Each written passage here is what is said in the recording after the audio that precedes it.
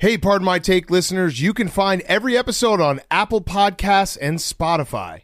Prime members can listen ad-free on Amazon Music. On today's Pardon My Take, we have our good friend Ryen Russillo in studio, extended interview with him, plus a Mount Rushmore of everyday activities that should be in the Olympics. We're going to recap Hard Knocks.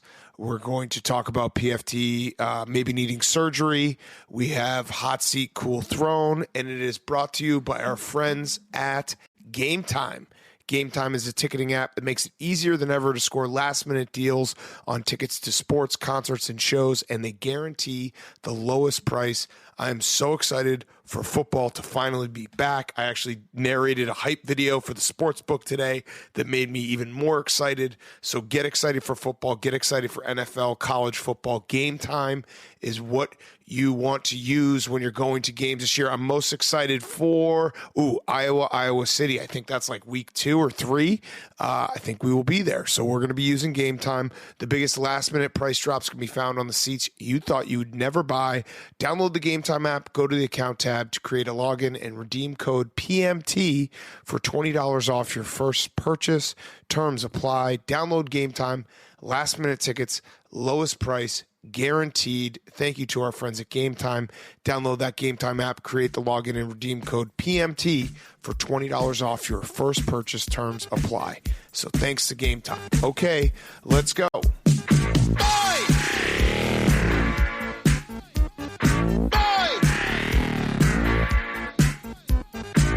Now in the street there is violence and lots of work to be done.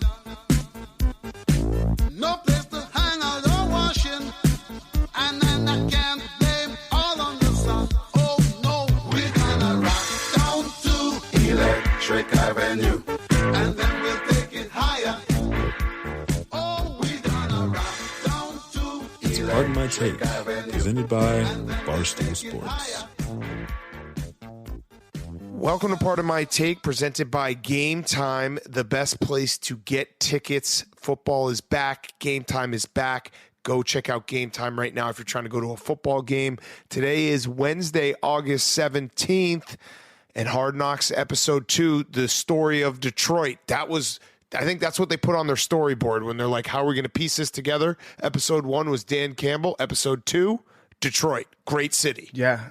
Shout out Detroit, the city of hope. That's what you always have to say about Detroit, is there's always a lot of hope there. And I'm hopeful for Detroit. I think Hard Knocks has successfully made me believe in the Detroit Lions. Now, I'm going to be probably very wrong about that, as anyone who's ever rooted for the Detroit Lions knows. But I'm at that point where, like, yeah, I can see the Lions making some noise. Yeah. I mean, we do let this happen to us every year with Hard Knocks, but you know, the Lions were scrappy last year when they were supposed to be terrible. Dan Campbell instills some kind of emotion in everyone. If you watch him, he literally had like a ring of sweat right where it was spit, right where his whistle was resting, just whistle spit. That's how much he whistles in practice. And yeah, I agree with you. And just as an aside, like watching the Hard Knocks with the Lions, Honolulu Blue doesn't get enough shout outs for being a great shade of blue. Like, it's always Carolina Blue. Yeah. Honolulu Blue is electric. It is very cool. And this is really Hard Knocks. They're playing on expert mode now because every year they try to get you to believe in whatever team it is that they're profiling. And if they can get you to believe in the Detroit Lions, like even if they go 9-8, that's a Super Bowl for Detroit. Like what a story that would be. And I saw the picture that you posted, Big Cat, of Dan Campbell and the whistle spit on his stomach. It's very impressive. It's like, it looked like a scene from Alien where something was trying to escape from his belly. The only thing I was thinking was when they showed John Brown, who, by the way, should be strength and conditioning coach for this team. He would suck that spit right out of Dan Campbell's smock. In a second, yeah. So John Brown, Ahmad Ra St. Brown's father, also Equimanius St. Brown's father, who's on the Bears now, is a former Mr. Mr. Universe, Mr. Universe. Mr. Universe. It was a hilarious scene. He still trains his sons. He had not only a moment where he shamed them for drinking water and was like, what, spit doesn't work? Yeah, and then he just astray at the man who catches more strays than anyone on earth, Kevin Durant, and was like, let me ask you a question. Kevin Durant, he tore his Achilles. When's the last time he did a calf raise? And it was just like, what were we? I thought we had like transported into First Take. It was so perfect. No. And that guy, he just rules. Like, how is he not someone's strength and conditioning coach? Yeah, he's awesome. He should absolutely be on the payroll. And I love, he's the kind of guy that has the mindset of you should be able to lift your way out of any problem that you have. Mm-hmm. Yeah. Oh, your marriage is on the rocks. You're not training hard enough. Right. And he embodies my number one rule, which is don't fuck with a guy who's wearing a protein branded hat. That's a guy that will absolutely fuck you up. Not only that, he had, I think he runs a security company, and he also had the double jersey in a very weird way where it's like Bears interior and then lions on his shoulders and sleeves. And it was a very cool way to do a double jersey. Cause like, let's be honest, like doing a double jersey, it's hard to pull off. Obviously it's usually family members, and the split down the middle is usually not the way to go. He made it look cool. And maybe that's just because he's a badass. Yeah, they got to get John Brown teamed up with Dale from Detroit Urban Survival Training to be the co-strength and conditioning coaches of the team. I who says no? I think they go 17-0 at that point.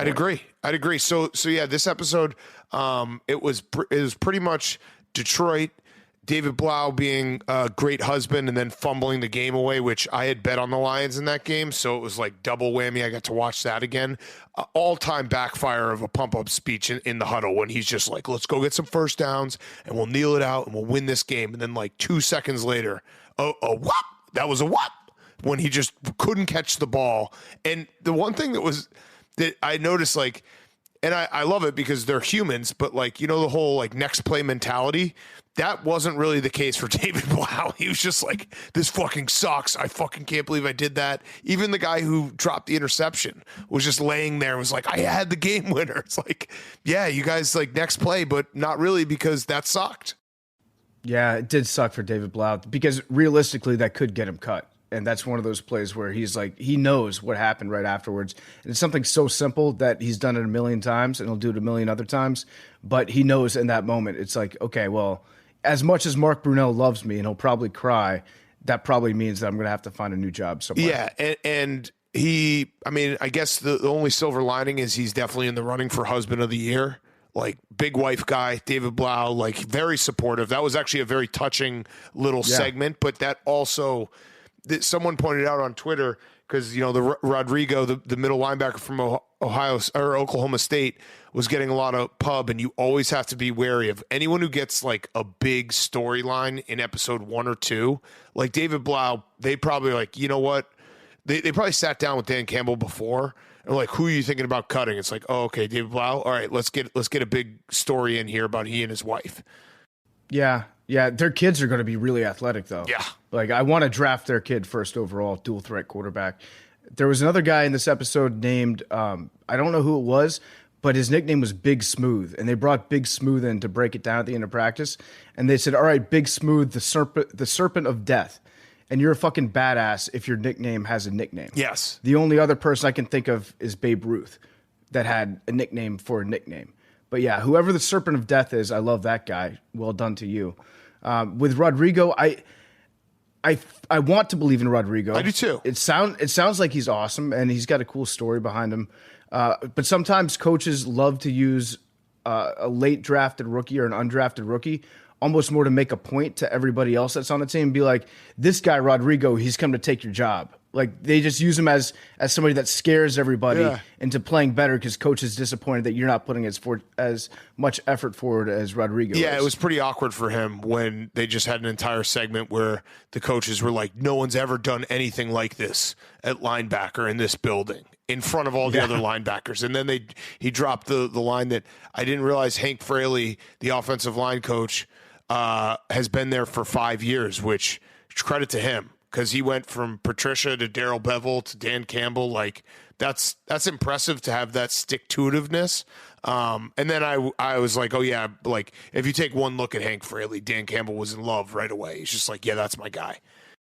Yeah, I feel like if you're an aggressive physical offensive line coach, then if the rest of your team is really, really bad and you guys have bad records, you can be the one that sticks around because you can't blame anything on the offensive line at that point. It also just comes down to a simple moment where I'm sure the offensive linemen were like, told Dan Campbell, like, we want Hank Fraley, and the offensive linemen are just the biggest dudes in the room, so they usually get what they want.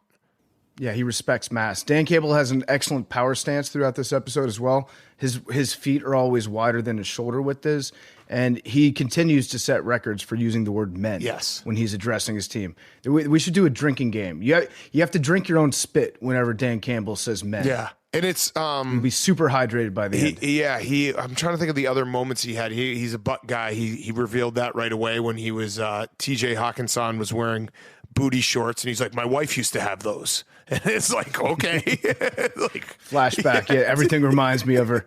He's the I should text her meme in real life. Oh, I forgot Aiden Hutchinson's family. That was a funny moment when what's the Mr. Universe's name? John Brown. He was like, yeah, they're probably sitting up in that box up there in that sweet $20 million bonus or whatever. And there's like flashes to them sitting up there, freaking out, which of course they would freak out because it's their brother, son. But it was the one moment I loved was Aiden Hutchinson made I think he had 2 tackles to start the drive and his mom is crying, like literally crying. And then you just hear out of the corner of the suite, his dad being like, 2 snaps, 2 tackles. I'll take it. It's like, we are like this preseason. That was okay, but it was. Yeah, he's not impressed. Yeah, it was a very funny moment, and they were talking about what he should do for his sack dance and all that stuff. I brought my notebook out. I'm going pen on paper this season. I'm going to just see how that goes. Try it on. See what I've been doing it forever. I made a note when they showed Aiden Hutchinson's family up there, but I didn't look it up. Are the Jets playing against the Lions this year? Because if so, Zach Wilson is absolutely going to show out in front of his mom. For sure. Backwards way of PFT saying that she's attractive. No, I'm saying that she's the kind of girl that Week Zach 15, Wilson would find attractive. Get that, Hank. Yep. Week 15. You got that, Hank. I think she's PFT was like lovely crafting. lady. How can I say this without getting the immediate bonk? The delayed bonk is what he was going for. No, I'm putting the bonk on Zach Wilson on that one because I know he's at home. He doesn't have anything else to do. He's recovering from surgery. He's watching this episode. He's put a big fat circle in week 15. Okay. Bill, you got your hand raised? I would say that Aiden Hutchinson, his sisters shouldn't be referred to as Aiden Hutchinson's sisters, but rather Aiden Hutchinson should be referred to as the brother of Miss Michigan. Yeah. Okay. Let's just go. Give them their flowers. Uh-huh. Yes, I like that. Mr. Michigan in law. Yeah, nice correction there. And then the last note I had was Barry Sanders could still, I know we joke, but he was looking at the grass being like, I could tear this up real quick. Watch out. I still got some miles left. Yeah, he was looking at the grass like Zach Wilson's looking at Aiden Hutchinson's mom. There it is. Yeah, that's true. And I think Barry Sanders could actually get 40 yards in a game. Realistically, I think he could get more than that. If we're being totally honest, I think that he could get 40 yards behind the best offensive line in the league. Maybe not the Lions line. Who are the best lines right now? Probably the Browns are pretty good, right? Cowboys. I think he could get 40 yards in an NFL game. Yeah, I mean the miles that he left on the tire, they don't go away. They're still on the tire. You have to remember, for every yard that he got in the NFL, he probably got 4 yards going laterally or backwards. Yeah, that's true. That is true. So he does have a lot of tread. Pretty good episode. Not as strong as the first one, but I would say it was a pretty good episode. I mean, I'm still intrigued, still excited. I also want to just shout out our good friend Jared Goff. Felt like he was doing a great job on the sidelines, especially pumping up David Blau, even though he totally cost him the game and cost my bet. But again, good husband, so whatever. But yeah, that was nice to see Jared just getting in the mix. You guys also called him Tim Kennedy the other day. Yeah. Tom Kennedy, right? Wow, I can't believe we said a name wrong. You confused me, yeah. Who's Tim Kennedy? You thought we were talking about the MMA guy. I don't know. Yeah. It's an MMA guy that's got takes online. Yeah. What do you got, Billy? You're muted. No, I called him Tim. And I think I echoed it. So Billy and I in the wrong. Hey, do you have a list for names we screwed up, Hank? That was, let me check. Just that one. Okay, good. All right, last thing before we get to the rest of the show, we have awesome Russillo in studio. Hadn't had him in studio in a couple of years. PFT, do you want to, your arm is. I feel like this is going to be time traveling. Yeah. Yeah. Well, I went to the doctor today because a couple days ago I was doing a club fitting for good friends over at TaylorMade, and they're going to hook me up with some sweet clubs, but I hit probably like 1 million golf balls, and on one of my last swings felt like a pop or a twinge in my elbow, and then my fingers started to go numb. So I asked Pro Football Doc about it, and he said that it might be a UCL thing. So I went to go see a doctor today. I got diagnosed with they did an ultrasound on my elbow, which is kind of cool. They put that little gel on and they rub the wand back and forth. Mm-hmm. And so I've got nerve damage to my ulnar nerve, I think, and it might be a ligament. So we'll wait 2 weeks. I can't make the flexing motion, so I can't do this at all. Even though you're I guess doing if you're it? watching it on the YouTube, I'm doing it right now. So you got to take like several bonks off the list if I can't even make my right arm. But go you're up and doing down. it. That'll probably make it worse, no? I'm not. I can do it, but I'm not supposed to. Oh, okay. So Is the thing. right. We're kind of a You're bad going to be boy. stocked up. So basically, you're gonna be like bonking more than ever. You're in a very religious household now. You Yeah, can so, do I mean- it, but you're not supposed to. Yeah, exactly. It's Catholicism. I got prescribed one Sunday mass, and basically what the doctor told me is that I'm so strong, he's never seen anything like that before, that my forearm muscles tore my ligament off my bone potentially. So we're going to go back in 2 weeks, see if it's healed. That's a joke. That's obviously not what really happened. Is I'm so unathletic that I hurt my arm practicing golf, not even playing golf. Cut that but part. practicing No, golf. I like the first Yeah. part. You were Okay, listen. I'm so I know jacked up. for a fact that you were about to like break 80, and this is going to stop you. Well, yeah, I mean, I had a lot of momentum. I think I broke 130 last time. So, I mean, we're trending in the right direction. If I keep these percentages up, I'll be below 80 in no time. But it's kind of a bummer, but we're going to move forward. I'm not missing any work, unlike Stephen A. Smith, Nice. who took an entire fucking month off with a shoulder surgery. Now, I might have to get surgery, Tommy John, on this. And I don't know, who the fuck is Tommy John anyways? Do we know? Yeah, he's the We need pitcher. to rename that surgery. He's the pitcher who got the surgery. I think it needs to be renamed. Who else had it? DeGrom? Every pitcher. It's now become Every the pitcher. thing that you're supposed to get it. It's like a tune-up. Yeah, so they come back throwing faster, right? So my arm's going to come back even stronger. We'll see what happens. If I do have to get surgery, my idea was to go get it from Dr. James Andrews because he does elbows and all that shit. So that would be interesting to have a consultation with him. But the bottom line is pretty busy elbow. guy. What's that? You'd think he's maybe like booked out, no? No, he works on professional athletes, Hank, and I am one. But this is going to give me a good opportunity In golf? No, I mean in my own brain. I am. Okay, yeah. I mean, you're So a professional podcaster. That should count. Like he is a doctor of the stars. You are a star. exactly, like doing a podcast more than anyone, I should know the importance of having a solid working right forearm. That's basically all we have. But I'm going to be able to move forward, I hope, and not need surgery. But we'll go and might get an MRI in a couple weeks. But it's it's a challenge. But this is why we podcast, Big Cat. You got bit by a dog. You didn't miss a show. I broke my foot, didn't miss a show. This is just par for the course. So I'm hurt, not injured. Looking forward to moving forward with this. But if you don't think that I'm going to milk this for all it's worth, you've got another thing coming. And I also, in theory, should be able to get workers' comp for this because it happened on the job. I was literally entertaining a client when it happened. That's facts. All right, So, I'm looking it up. so I've got this little brace on right now, it's such a little beta brace. It's basically like the strap that you wear in a game in remembrance of somebody. But I have to keep it on, and then at night I have to wear one that just stabilizes my arm. But like I'm talking a lot. I'm not trying to make this about me. I'm trying to be real low profile with it. So we're just going to move forward and pretend like I'm fine. All right, so I'm reading right now. Tommy John, he got this. He was the first pitcher to ever get the surgery, and the doctor gave him 100-to-1 shot of it being successful. And he got the surgery in he debuted in 1969. He got the surgery, or 1963. He got the surgery in 1974, and he pitched all the way till 1989. So look at that. He deserves it. I like those odds. Yeah, I'm looking at it right now. Like Tommy John kind of deserves the name. the fact that he pitched an entire career after he got the surgery is pretty impressive. I'm just going to call it a PFT tune-up. That's going to be my name for it. So if I extend my podcasting career by another 30 years after the surgery, then I think I should get the name. 30 is the number that I'm looking for. Okay, because so I'm looking right now.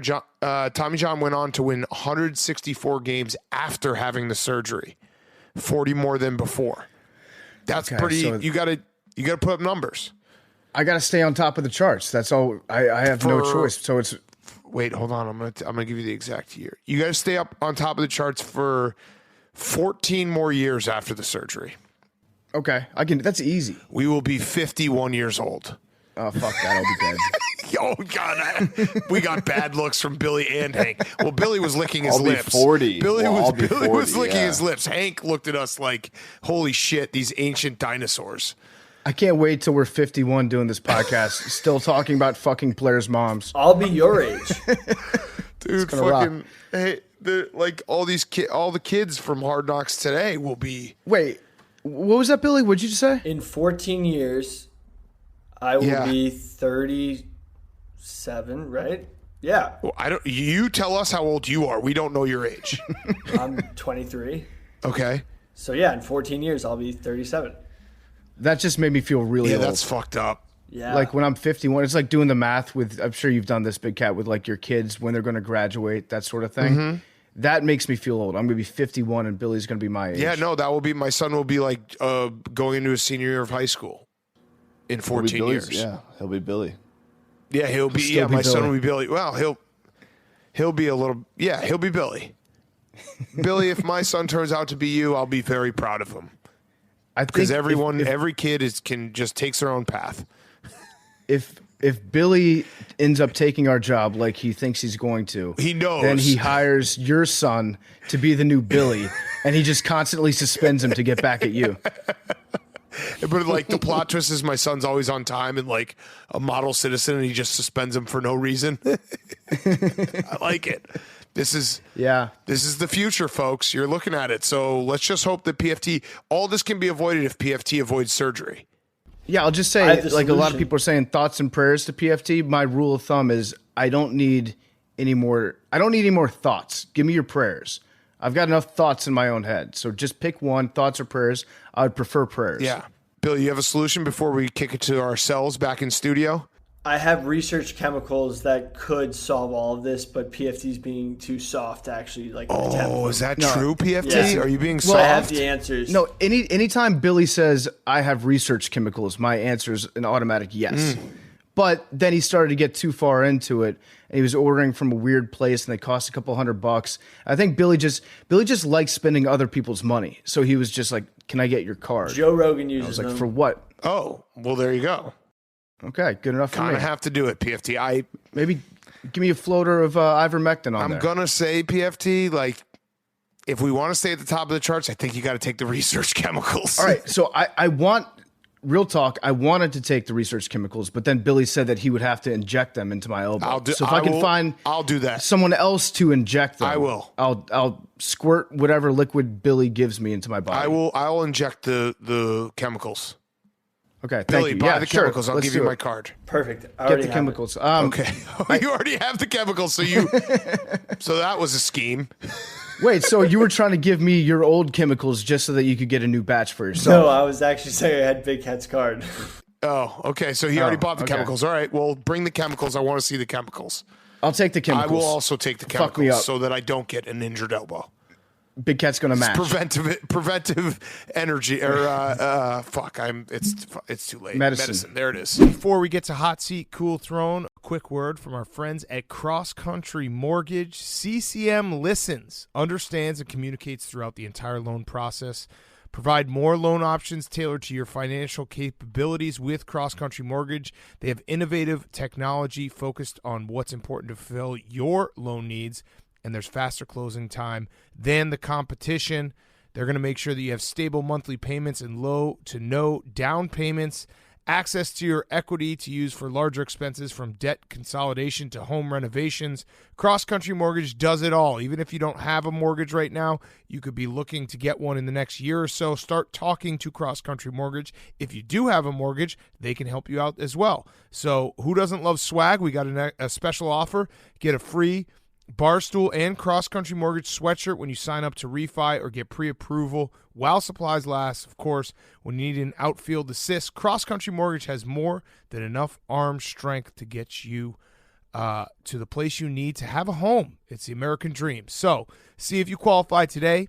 Visit ccm.com/barstool now. Cross Country Mortgage LLC, NMLS 3029. All loans subject to underwriting approval. www.nmlsconsumeraccess.org. Thank you to Cross Country Mortgage. Check them out today. They will make sure you get into a perfect spot to buy a home and have a mortgage. Okay, hot seat, cool throne. Henry. Hey. Hank, welcome back. Thanks. Thanks for having me. What'd you think of Batgirl's cow?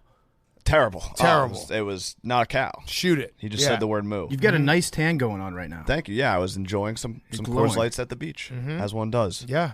But my hot seat is Jay Monahan, Oh, Okay. PGA Tour commissioner.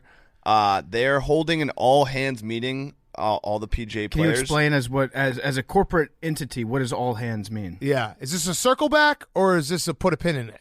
I think this is like everyone just says their opinion, and then they say we're going to circle back, and then nothing probably It's really a brainstorm. Right. Got it. But I think Tiger's showing up, and people, yes. but people are acting like that's the biggest deal in the world. They're like, oh my God, Tiger's going to be there. I think that is the biggest deal in the world.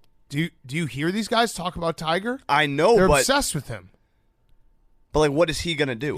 Tiger could right now say, I am taking over the PGA Tour. It is now my tour. I am commissioner. And there wouldn't even be like a voting process. He could just say that, and everybody would be like, yes, Tiger, you are king of golf. He's probably going to sit in front of everyone and be like, look at me. All you got to do is win like 15 majors and you'll make a ton of money. Yeah. Like, is that simple? I'm a perfect test case for why the PGA Tour is the best. Like, the more I think about it, though, Tiger could be an advocate of the Live Tour because, like, he doesn't like women near his car. Mm-hmm. We know that. That's true. He's had issues in the past, so there's some common ground. Doesn't like cars in general. Doesn't like cars in general. Yeah. No, nobody should drive. Yes. Yeah. Maybe Tiger should be on the board of Tesla. Yeah. That would actually be a perfect fit. But yeah, he's going to. Like, Tiger's going to rally the troops. Tiger's going to get everyone on the same page. That's why I said Jay, the Monahan was on the hot seat. Like, do you think it's going to be rally the troops against Jay? No, I don't know With anything Jay. about Jay With Monahan, but I do know that But he I is feel like incompetent. I Do you feel know like what I'm there's a saying? lot of. I feel like a lot of the players have had to talk about the Live when they don't want to talk about the Live. Like, they just want to play golf. They're not doing it. Yeah. But I think they probably do have issues with him because of how Of course. he's handled the situation, which has made them have to I handle have, the situation I in have certain a ways. perfect solution. This is what should have happened from the very beginning.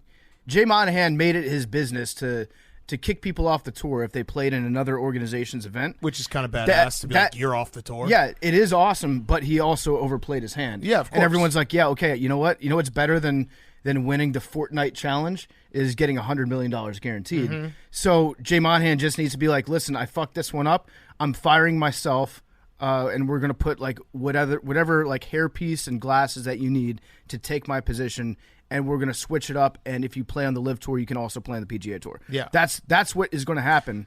And it's a classic case of really overplaying your hand and thinking that you had all the leverage in the world when you actually had zero. Yeah, but Tiger's going to – this is good for Jay Monahan. Tiger is definitely his ace in the hole, where he can be like, hey, Tiger's here. Let's all – because Tiger's very pro PGA Tour. He turned down $900 million or whatever.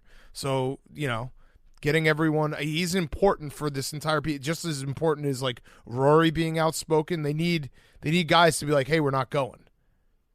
Boost everyone up. Yeah, I feel like you think this is like in conjunction with the PGA, and Yeah, not I think players against the PGA. Not against them, but No, more frustrated with the current. Yeah, they're administration. probably gonna be like, pay us more, and they're gonna be like, we're gonna try to figure out how to pay you more. And the travel. Did you see like there was all the people, all the lower tier players that are like trying to make the cut? Like there's the travel where it's like they're going from.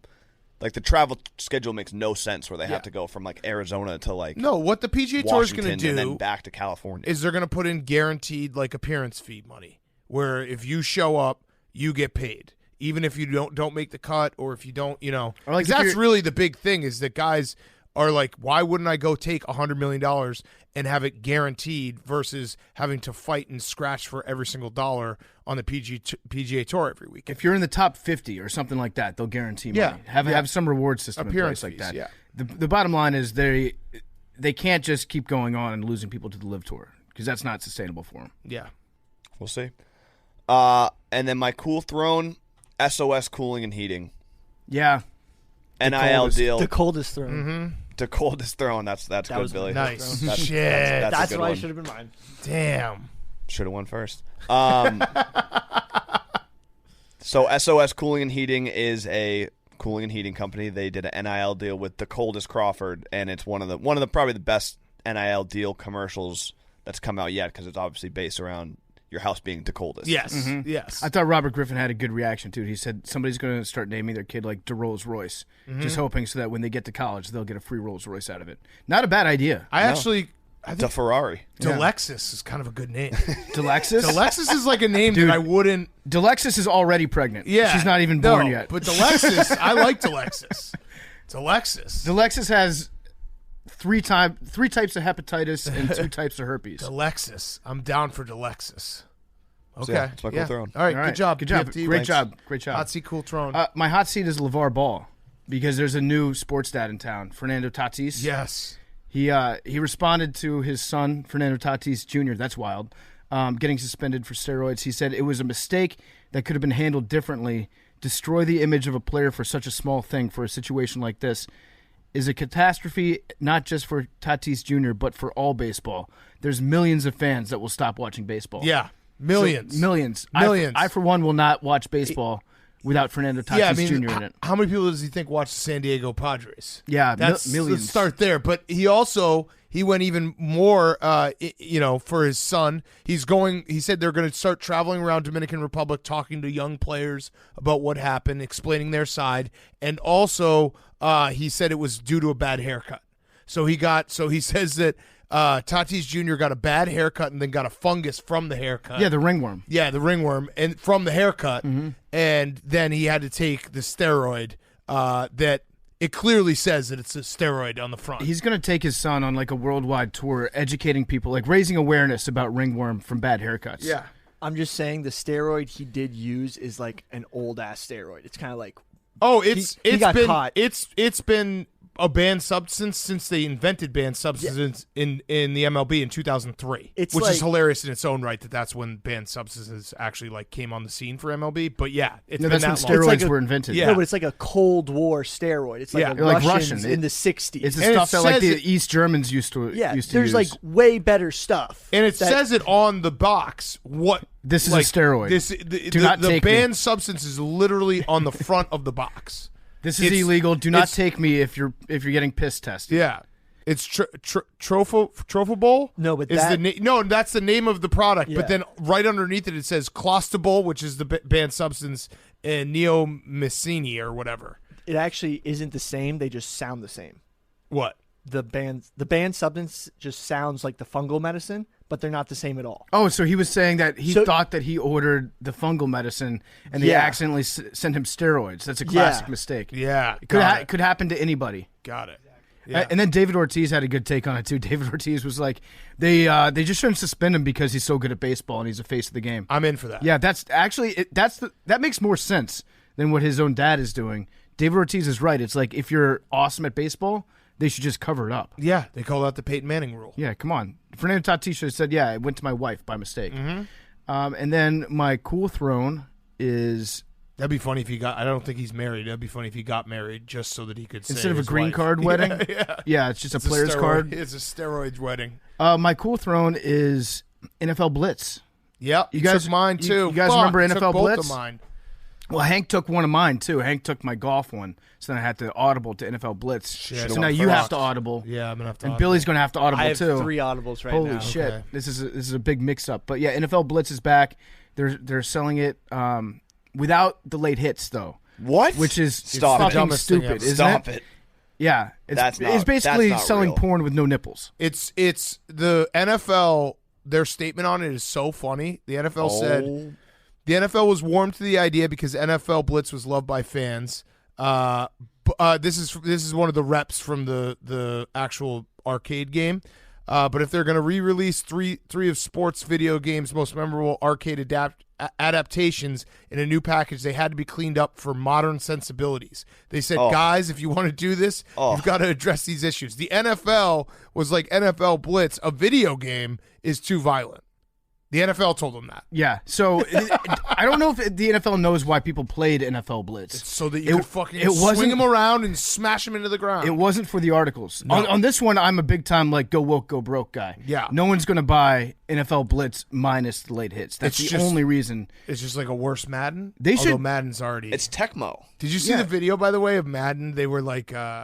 it was like a meme going around that was like Madden or like Madden gamers. We just want you to fix the game and like update some things. And then it says Madden, and it's just a video of showing all the different ways that you can do the gritty for your celebration dance in Madden. That's incredible. It's like you can customize it this way, that way. I think that if anything, they should make a new video game that goes the other way, where you can play with like guns, like at guns on the field. You can play as Deshaun Watson and the last Boy Scout, and you can like nut on somebody's face to avoid getting tackled. Like go way, way, way further in the opposite direction. Yeah, people would buy that shit. Imagine if they had like Michael Vick and his offensive line was just dogs. Yeah. Or he's running with like dogs on a leash and they're attacking people. Yeah.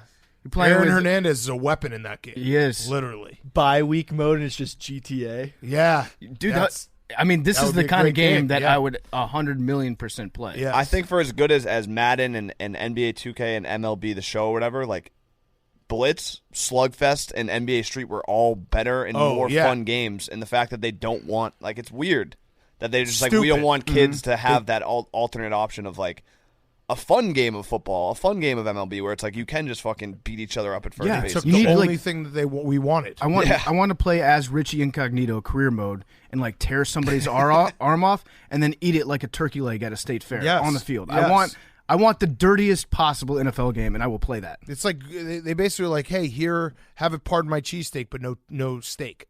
What are we ordering? Exactly. The if we came out with an impossible part of my cheese. Never. I will never do that. Imagine playing as Tim Tebow and like you see an orphan in the stands and you go up and you circumcise it real quick. Yeah. Or a guy dying. Yeah, you you go save his life. him. He's about to fucking go up into heaven and you catch him and bring him back. Urban Meyer going like career mode on Urban Meyer. Yeah, you basically Urban Meyer on the sideline. Like the faster you finger, the better your team plays. Yeah. Your kicker just missed a field goal. Do you want to slit his throat or kick him in the teeth? Yes. I mean, this is. Invent this game. I don't think the NFL will sign off on it, but we'll just do generic colors. Yeah, we don't need the NFL to sign off on it because part of the game will be Roger Goodell like being a complete and utter dickhead, like an actual robot that looks exactly like Roger Goodell will be the commissioner. We'll just do like the Chinese knockoffs, like Bert Simpson. You know what I mean? Yeah. We'll just have all the team names just be a little bit different. That would be great. Denver Broncos. Yeah, there it is. Washington Commanders. Yo, so now you're just doing sexual stuff. Yeah, well, I mean, sex sells. You got to put asses in seats. Yeah. All right, my hot seat is well, now I got to think about. It's the Yankees. They suck. They can't score at all. It's fucking. I said this on the rundown yesterday, but the Yankees are so bad. I listened to the Short Porch the other day just to hear the misery. Wow, that's really bad. Yeah, they were. It was awesome. I mean, it was. It's comical. How about they had that clip last night, which was so funny that Garrett Cole like trying to show everyone in the dugout how he would hit a home run because no one can hit anything. I think they've scored 5 runs in like the last 4 games. Is that right? And Joey Gallo is just mashing in LA. What is it right now? How many runs have they scored? I know they got shut. They've been shut out 2 games in a row. Their last 6 games 0-3-2-2-0-0. Oof. And everyone's like, Giancarlo Stanton's going to fix all this. It's a slump. Yeah. It's a bad time for a slump. Bad time for a slump. They've given themselves a big cushion. They're still up 10 games. Yeah, I mean, the Blue Jays just keep losing as well. Yeah, that's been tough to watch. Yeah, so there's the panic button's out, but it's definitely not being hit. All right, and then my cool throne, sticking in baseball, is Shohei Ohtani. The Angels lost like one of the most comical games ever.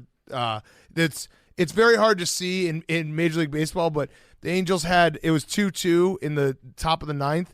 And they got a guy in a rundown going to home, and just no one backed up the catcher, which is always so fucking funny. Mm-hmm. So the catcher threw it to third base, and then the guy just ran home.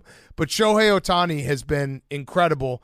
He ranks right now 3rd in strikeouts, 6th in ERA.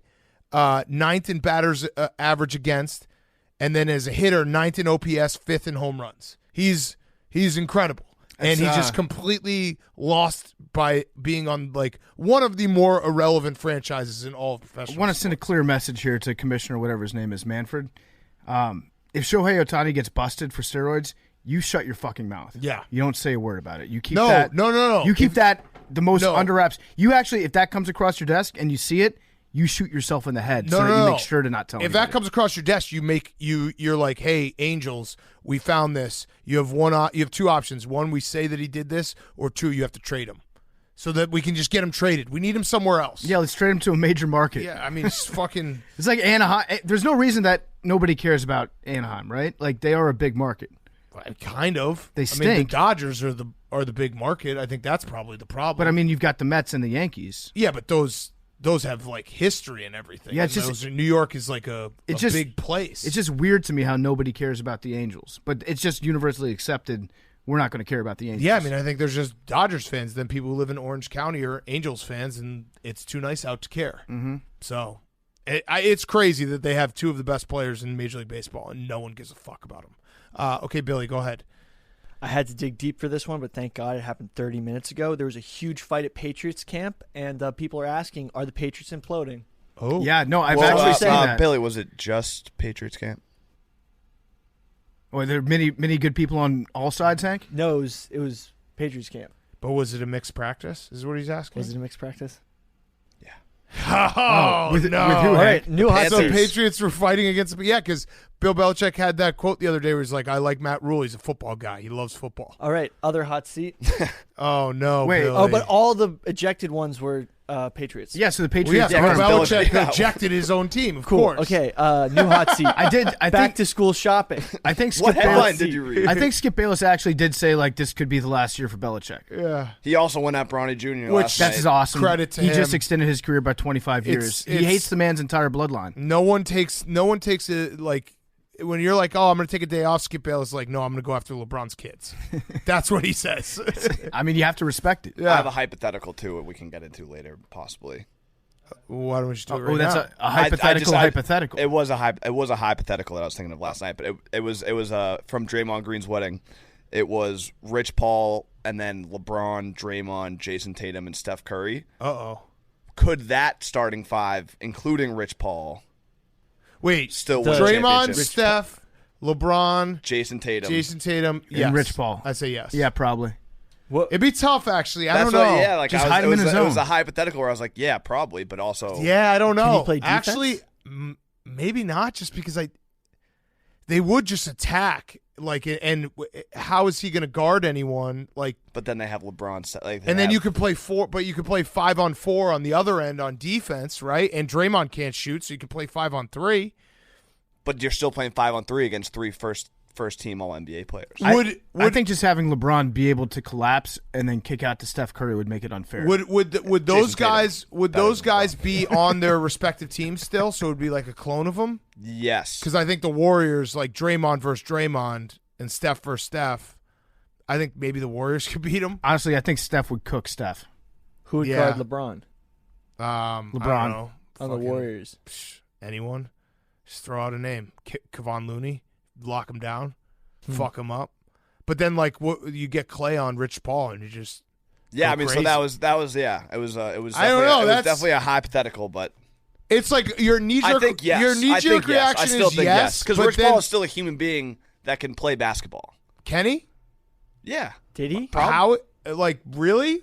Did he play on the LeBron high school team? No, they met in high After, school. He yeah, was, he so- was selling throwback jerseys. He's right? still a and body. LeBron met him He is outside. a yeah, physical but human my being. knee jerk reaction says yes, but then I'm thinking about it more. Like you actually can't.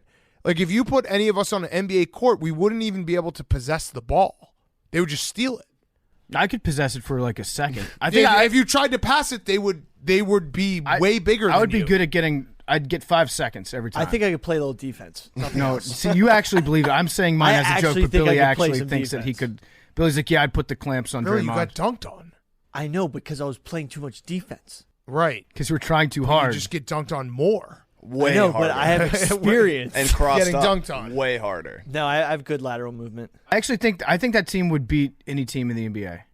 Yeah. I do. It just What's their bench look like, though? good question. Leon Rose. That's your best five versus your best five. Yeah. All other people from that wedding. Skip. No, not Skip. Stephen A. Shannon, Yeah. Shannon. Liz Shannon. All right, yeah, that was Okay, good Embrace hypothetical. debate. All right, go ahead, Billy. My Back to school shopping. Yeah. So there's a big debate online right now. You have to go shop for your classes. Oh, I hate this. Okay, never. No, mind. no, no. Say it. No. I'm not mad at you. It's the. I'm it's digging the deep. People. I'm digging deep. Yeah. No. Math, science, English, and history. Those 4 subjects. If you have to buy a binder, folder, or notebook for those 4 subjects, which color do you assign to each subject? Okay. Red, blue, green, or yellow? This Okay, is green is science. This is one of those debates that if you look at the replies, everyone has a different answer, and you're like, yeah, of course everyone has a different answer because there's no answer. So it's like one of those Twitter perfect algorithms where everyone starts talking about it and debating it. It's like no one, like what are we debating? No one, everyone's different.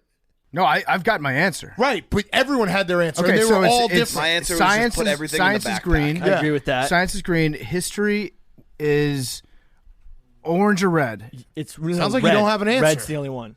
So it's the 4 primaries except it's the 3 Oh, primaries. so orange plus isn't a green. color. So yeah, it's then so red. So red. What are the other 2 colors I have? Blue and yellow. Okay, math is blue, Yeah, I agree with that totally. and then yellow is what was the other one? English. English. Yeah. Yeah, I there we agree. go. Boom. Yeah, that's the easy. answer. No, That's the Big Cat. What answer. are you talking about? That's the correct way. Yellow I is just- English. I just nailed it. because Exactly. yellow's like the There's absolutely the correct most order to feminine put it color. in. I feel And like it- kids wait, these and you days think- don't even have Isn't binders. English isn't is blue feminine? far more? Yeah. No, or blue is red. math. Isn't red? No, red's Nah, history blue is because history. history's written in No, blood. blue is not history. Blue is history. History's written in Our blood. I hate planet this is the so ocean. much. chance. I hate this. So A majority No, of the no, no, history of this no, planet biology, is ocean. So much. No, you're talking about Therefore, geography, blue. Hank. You're talking about geography is blue. Science is green because science is outdoors Science is plants. red. Yeah, plants. Science is written No, in no, blood. no, No, it's sky not. is blue. History is written in Dissecting blood. people's History is is written in The blood. sky is Hank. blue. Hank, history is written in blood. Science has more blue. So is the science. outdoors has way more blue than it does Blue- green. History is blue written in on the You ever science. heard about water, dude? No, No, but biology No, is the water's study clear. of plants. So that's green. Science. There's fucking water everywhere. That's the earth, baby. Well, then No, if you the take a water sky- class, the then it sky- can be blue. The sky isn't even blue technically. It's just Oh, how we God. see it. Here we go. You remember that debate we got into with Ryan Lochte of whether or not the water is blue or the pool is blue? Yeah. That's an all-time moment. I saw it and I was just like, I fucking hate. I'm out. No, you got to embrace debate on these. This is- The dumber the conversation is, Yeah. the more passionately you have to care Yeah, about it. this is one of those ones where people do regional things like this is called this, and it's like yeah, and then it's called this here, and then it's called that here. People are like snow isn't a big deal, like someone from the south, and then everyone argues about that. It's like yeah, it depends on where you fucking grew up. Math is blue because chalkboards are blue. Okay. Sure. I don't really follow that one. But I've history never could, seen a blue chalkboard. History could be orange, but there was no chalkboards orange blue? option. No, aren't they like grayish, greenish? Come out blue to me. All I know is What? no. They're whiteboards now. Yeah, I know actually they're think math whiteboards should now. be red. Yeah. No. Math is written in blood. Billy, this chalkboards are not blue. No, they're not. They're greenish- green. They're green. Yeah, they're green or gray. They're not even close. I had I had black ones But when too. the chalk gets involved, it gets bluish. I would just Never. end up. I would end up What? having Never. like one binder. I didn't look at it. Yeah, with I a bunch of different shit in it that I could never find. All I know is If that you on organized science anything in textbooks, school, you were a massive loser. Yeah, that's, just- that's yeah. the real No, thing of this. yo, you Every do it entire into your day, life, if into you your life. organized No, first day. Yeah. anything, you were no. First day, I'd be like, all right, Yeah. this is the year. I'm going to be organized. Yep. I got a and sick now ass- it's just. I'm gonna write it in now my it's just- agenda. now it's just changed to I'm doing it right now where I'm like, this is the year I'm going to win all my NFL bets. I got a system. So I'm just going to school every year. I got a sick ass trapper keeper. This is the year that I'm completely organized. This is my homework to be done, and I put it here when I'm done with the homework. Then by week 2, there's just papers falling all over the place. Yeah. Yeah. If you ever wondered those kids who just shoved papers in their backpack, Yeah, that was me. what they're up to right now? Podcasting, They're podcasting, yeah. yeah. The only reason I clicked on this thing too was Pass. because it said math was trending. So I was like, oh, I hope this is one of those situations where Nerd alert. Well, no, because I thought it was one of those dumb things where someone doesn't know the order of operations and people are arguing about something Yeah. that is very basic. PIMDOS, bro. And then I Who doesn't clicked know on it. that? I was like, God damn it, I'm in hell. No, I Listen, that's such a dumb debate that I actually love it. Yeah. I just hate. Like, And also- I shudder at the idea of school. And also, I have the correct take on it, so that's always helpful. Billy, next one. Cool throne Hillary Clinton. She killed Freya the walrus. Yeah. She did? Yeah. R.I.P. Freya the Walrus. R.I.P. Would Freya. that put her on the hot seat? No, I guess she got just away got with away it with it, again. yeah. But What's the Walrus got shot. and Where? Hillary Clinton killed her? Norway. Yeah. well, What's the first of all, what's the Billy, joke here? we don't know that it got shot. It definitely got shot. So Freya the Walrus is the new Harambe. Right. So it Hillary was didn't kill her. Well, Billy don't know. Billy was making a joke about Hillary Clinton, but the story of Freya the Walrus is that it was a walrus that was in this fjord in Norway, and it was like climbing on boats and shit, and everybody loved it. All the people that lived there would go up and like play with it and try to like mess with it a little bit. And then the officials in Norway were like, yo, this walrus is getting too close to humans.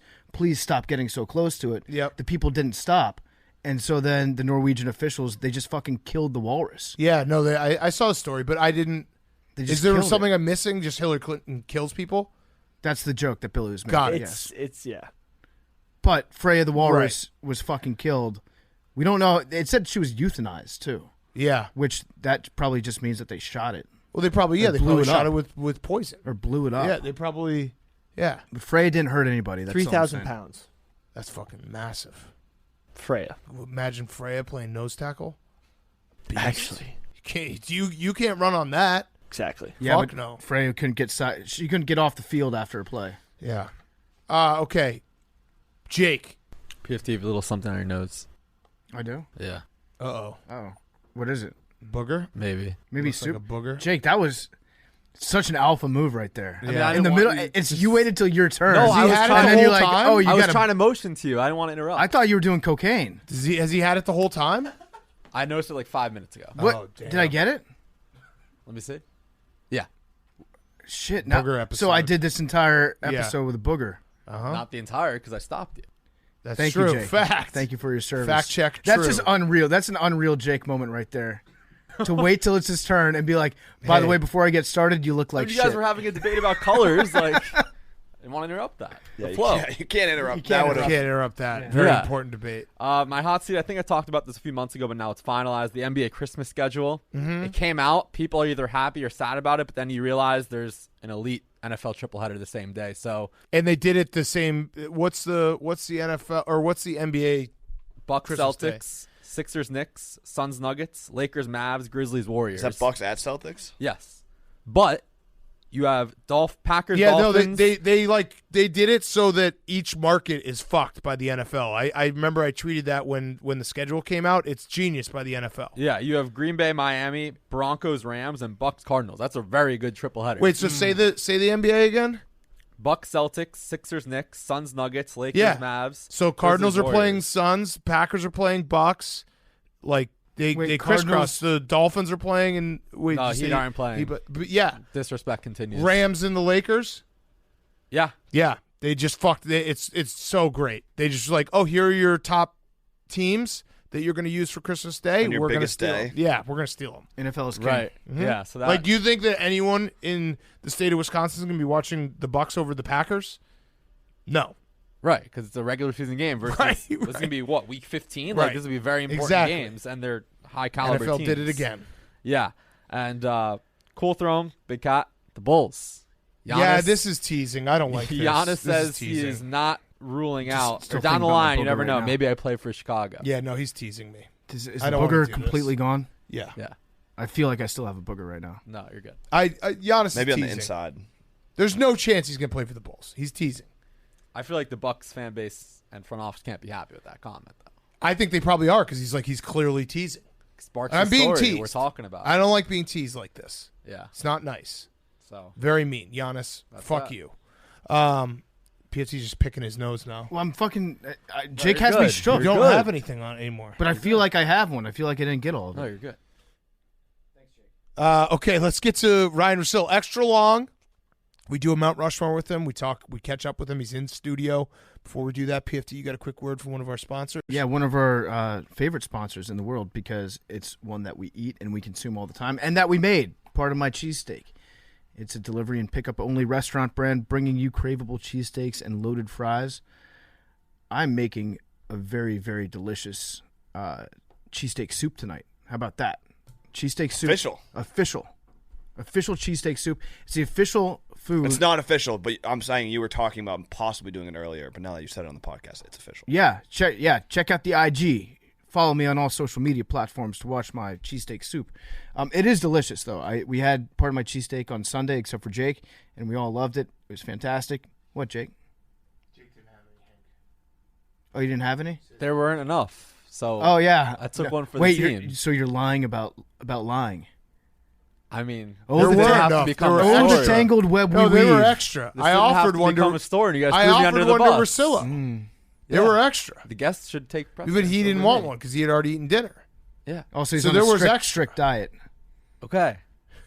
Lean protein only. All right, but Jake is going to have one next Sunday. Right, Jake? Of course. You're going to have one next Sunday. I'm He's going going to to have two. Yeah. He said he's going to have two. Yeah. He's going to have two. We also were talking earlier about doing a Billy food challenge, but just timing it and trying to see if he can ever. We got to figure out what the time is of how fast he could eat one. I think I already did that. I How think fast was The it? 6 inches I did in a minute and 5 seconds. Yeah. Might gotta okay. break 40. So we got to do another one. See how many you can eat in 10 minutes. How about that? And that will be the official Billy record. And anybody that beats the Billy record, Billy will give you a massage. So part of my cheesesteak is now available in hundreds of select locations nationwide, with new locations being added every single week. They've got 6-inch and 12-inch classic cheesesteaks, Chipotle cheesesteaks, buffalo chicken cheesesteaks, plus loaded fries and dessert brownie bites. Get lunch, dinner, or late night delivery, and we are open 7 days a week. Go to pardonmycheesesteak.com to learn more. Order now on DoorDash, Uber Eats, Postmates, or Grubhub. Part of my cheesesteak. Now, here's Ryen Russillo.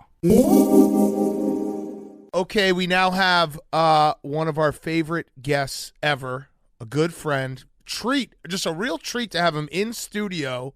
What's the record? What? What? Most recurring Yeah, guest? yeah. Probably Lenny Dykstra. No, I think someone actually did the math. I think Whitney was number one, and maybe Mike Portnoy was number two. It was something like that. But you're up there. You are. Someone has to re-pull it. I think you're up there. It is Ryen Russillo. He is in studio. You guys Off asked of- me first. I was going to be on the first one ever, and then ESPN said no. Oh yeah, that's right. And then Rachel Nichols didn't ask for permission and just was on it 3 weeks later. Yeah. I was like, You don't think about that. no. No, Bomani did it too.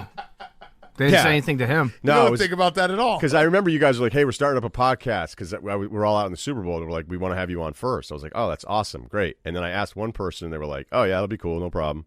And then it made the rounds, and they're like, "No, we absolutely can't do that." And then Chris so- Long was the first guest. Yeah. yeah, which is actually better. It And- would be a cool thing to say, like if I were, on campus somewhere, I'd get maybe shirts made.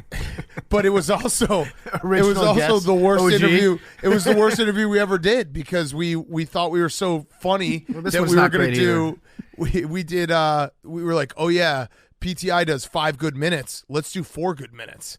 And Yeah, nobody's come up with that joke. We were literally playing him off before we even asked him a question. It was so bad. We're like, yeah, but maybe we don't do that. You know what would be a good segment to do at some point with you? Maybe you can remember some right now, but the worst segments that you ever thought of for your own podcast. Yeah, look, the radio show would be way more fun to try to figure out because I remember forever post Van Pelt, Cannell and I, my thing with radio shows or podcasts is always you want to find a way to finish strong. You want to have an element that people are kind of looking forward to. And I always feel like with radio shows, we'd be like, okay, this is the shortest segment of the 12. I want to get the fuck out of here.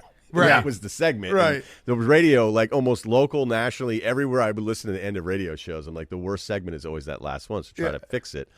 And Scott and I did some different stuff, and it kind of just worked. And then Danny and I were constantly trying different stuff, and it was horrible. We went 0 for 12 on them. They just weren't working. Do you ever think about bringing back Who's the Jerk with Cerruti and Kyle? How would that play? See, the best part about the Who's the Jerk thing. For people who don't know, they Yeah. did one of the funniest clips of all time. I'm very proud of that. SCP Yeah. and Russillo and Stanford Steve, they did an entire segment that was Who's the Jerk, and they would basically just name something that someone in the room does. Like I remember when you're like, what was it? Steve litters all the time. Yeah. So And it was just Checks out. it was just basically everyone ripping each other for being an asshole.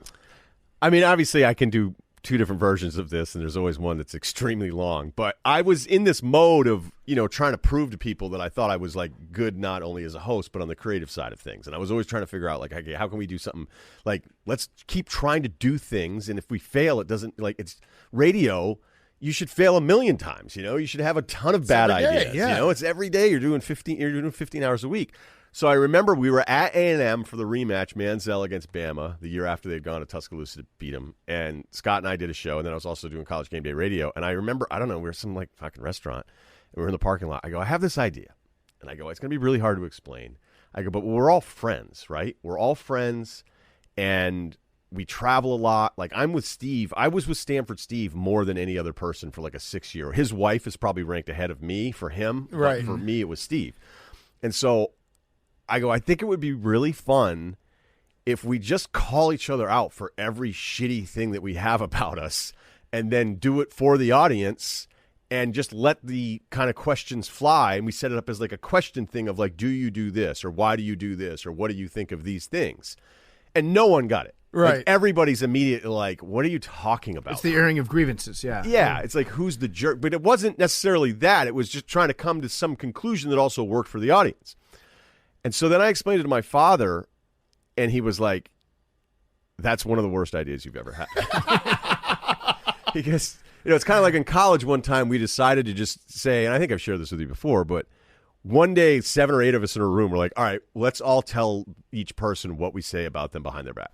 Yeah, bad idea. I love it. Bad this idea. This is also my buddy who you've met in Chicago. He does the trick at bachelor parties when we're all drunk, and he takes out like a big piece of paper. He's like, "The Bachelor, rank us as friends." I love that It's because it keeps the you most sharp. awkward thing ever. It's so funny. I love it because I think it just keeps us all sharp. We need more of that kind of stuff. And so that was, by the way, a horrible idea. So my dad was like, look, you, and you don't necessarily love being fucked with.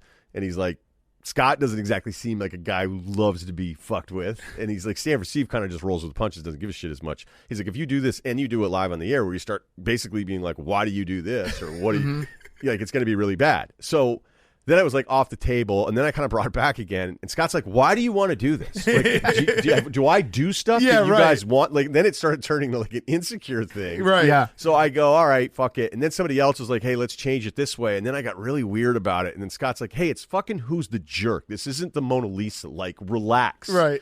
Creative guy. And so then we did it, and it was hilarious. Like, Stanford Steve was like, who hates you more, men or women, Ryan? Yeah. And you And still I was like, wow. That's deep. I was like, that's a tough one. Yeah. And I was like, probably at first men, longer term women. And then Scott, I forget, we were like, what is it about you, like, when you travel and it isn't going your way, do you think you're fun to hang out with or something? I don't remember it word for word. And then the Stanford Steve one, I just straight up was like, why do you litter? so great. And you told the story like he just throws shit outside of the car. Yeah, is he like throwing a cup out of the window, like a full styrofoam cup? I think littering's like one of the most fucked up things you can do. Want to know why? Because it's super solvable. Right. It's just don't throw. Just keep it in your car for a little bit longer. There's going to be a trash can at some point. I promise you. They have them everywhere. Yeah. A lot of places, a lot of states have. He got a lot of blowback.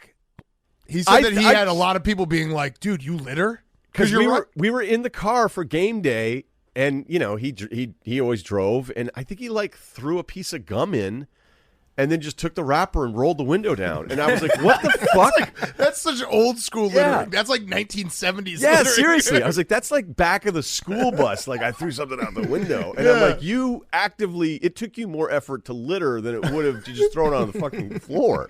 Like, are you serious? It probably feels cool though to like throw something big out of a window. Yeah, I would imagine. It's like Ron Burgundy throwing a burrito Yeah, out just his like window. throwing a full bag of combos out the window. And I was just so like, what the like, I'm friends with a guy that does this? And of all the other stuff that we all do that we would probably like to be better at or just eliminate from our game in general. But yeah, he doesn't litter anymore now. But you're like, the Who's a Jerk is genius because it is true. Like, when you're together, we'll be on trips and stuff, and people always ask, like, do you guys ever get in fights? And we actually, like, honestly have never gotten in a real fight. You guys have never gotten into a fight? Not a real fight, but what will happen? That's fucking crazy. What will happen is, and it happens every trip, where it's like, we'll be at the end of the trip, and we'll just be sitting in an Uber, all of us silent. because we're like, Yeah. it's time for us to all just be alone for a minute. But we have Like, that level of awareness where we Right. know that if we're going to talk to each other, we're gonna get into like minor little arguments that'll turn into something bigger. So our way to get around that is to just bring Billy around. Yeah. And that way we get all of our aggression out on him. And so that way it's like me and Big Cat are still a team. Right. We have Billy to shit on. Yeah. Yeah, I think that's very healthy. But Billy- PFT and I have never, he seems to fill the Mario Chalmers role a Yeah. little bit Yeah, he is. on the show. Yeah. Yeah, that's pretty crazy. You guys have never fought. It's funny because I was just out in the hallway talking to one of the guys about SVP and Russillo, and I said the funny thing about that show was like a lot of people think I got the show because I was his friend, and he just liked me on the air. We weren't friends at all, and then we became friends because of the show.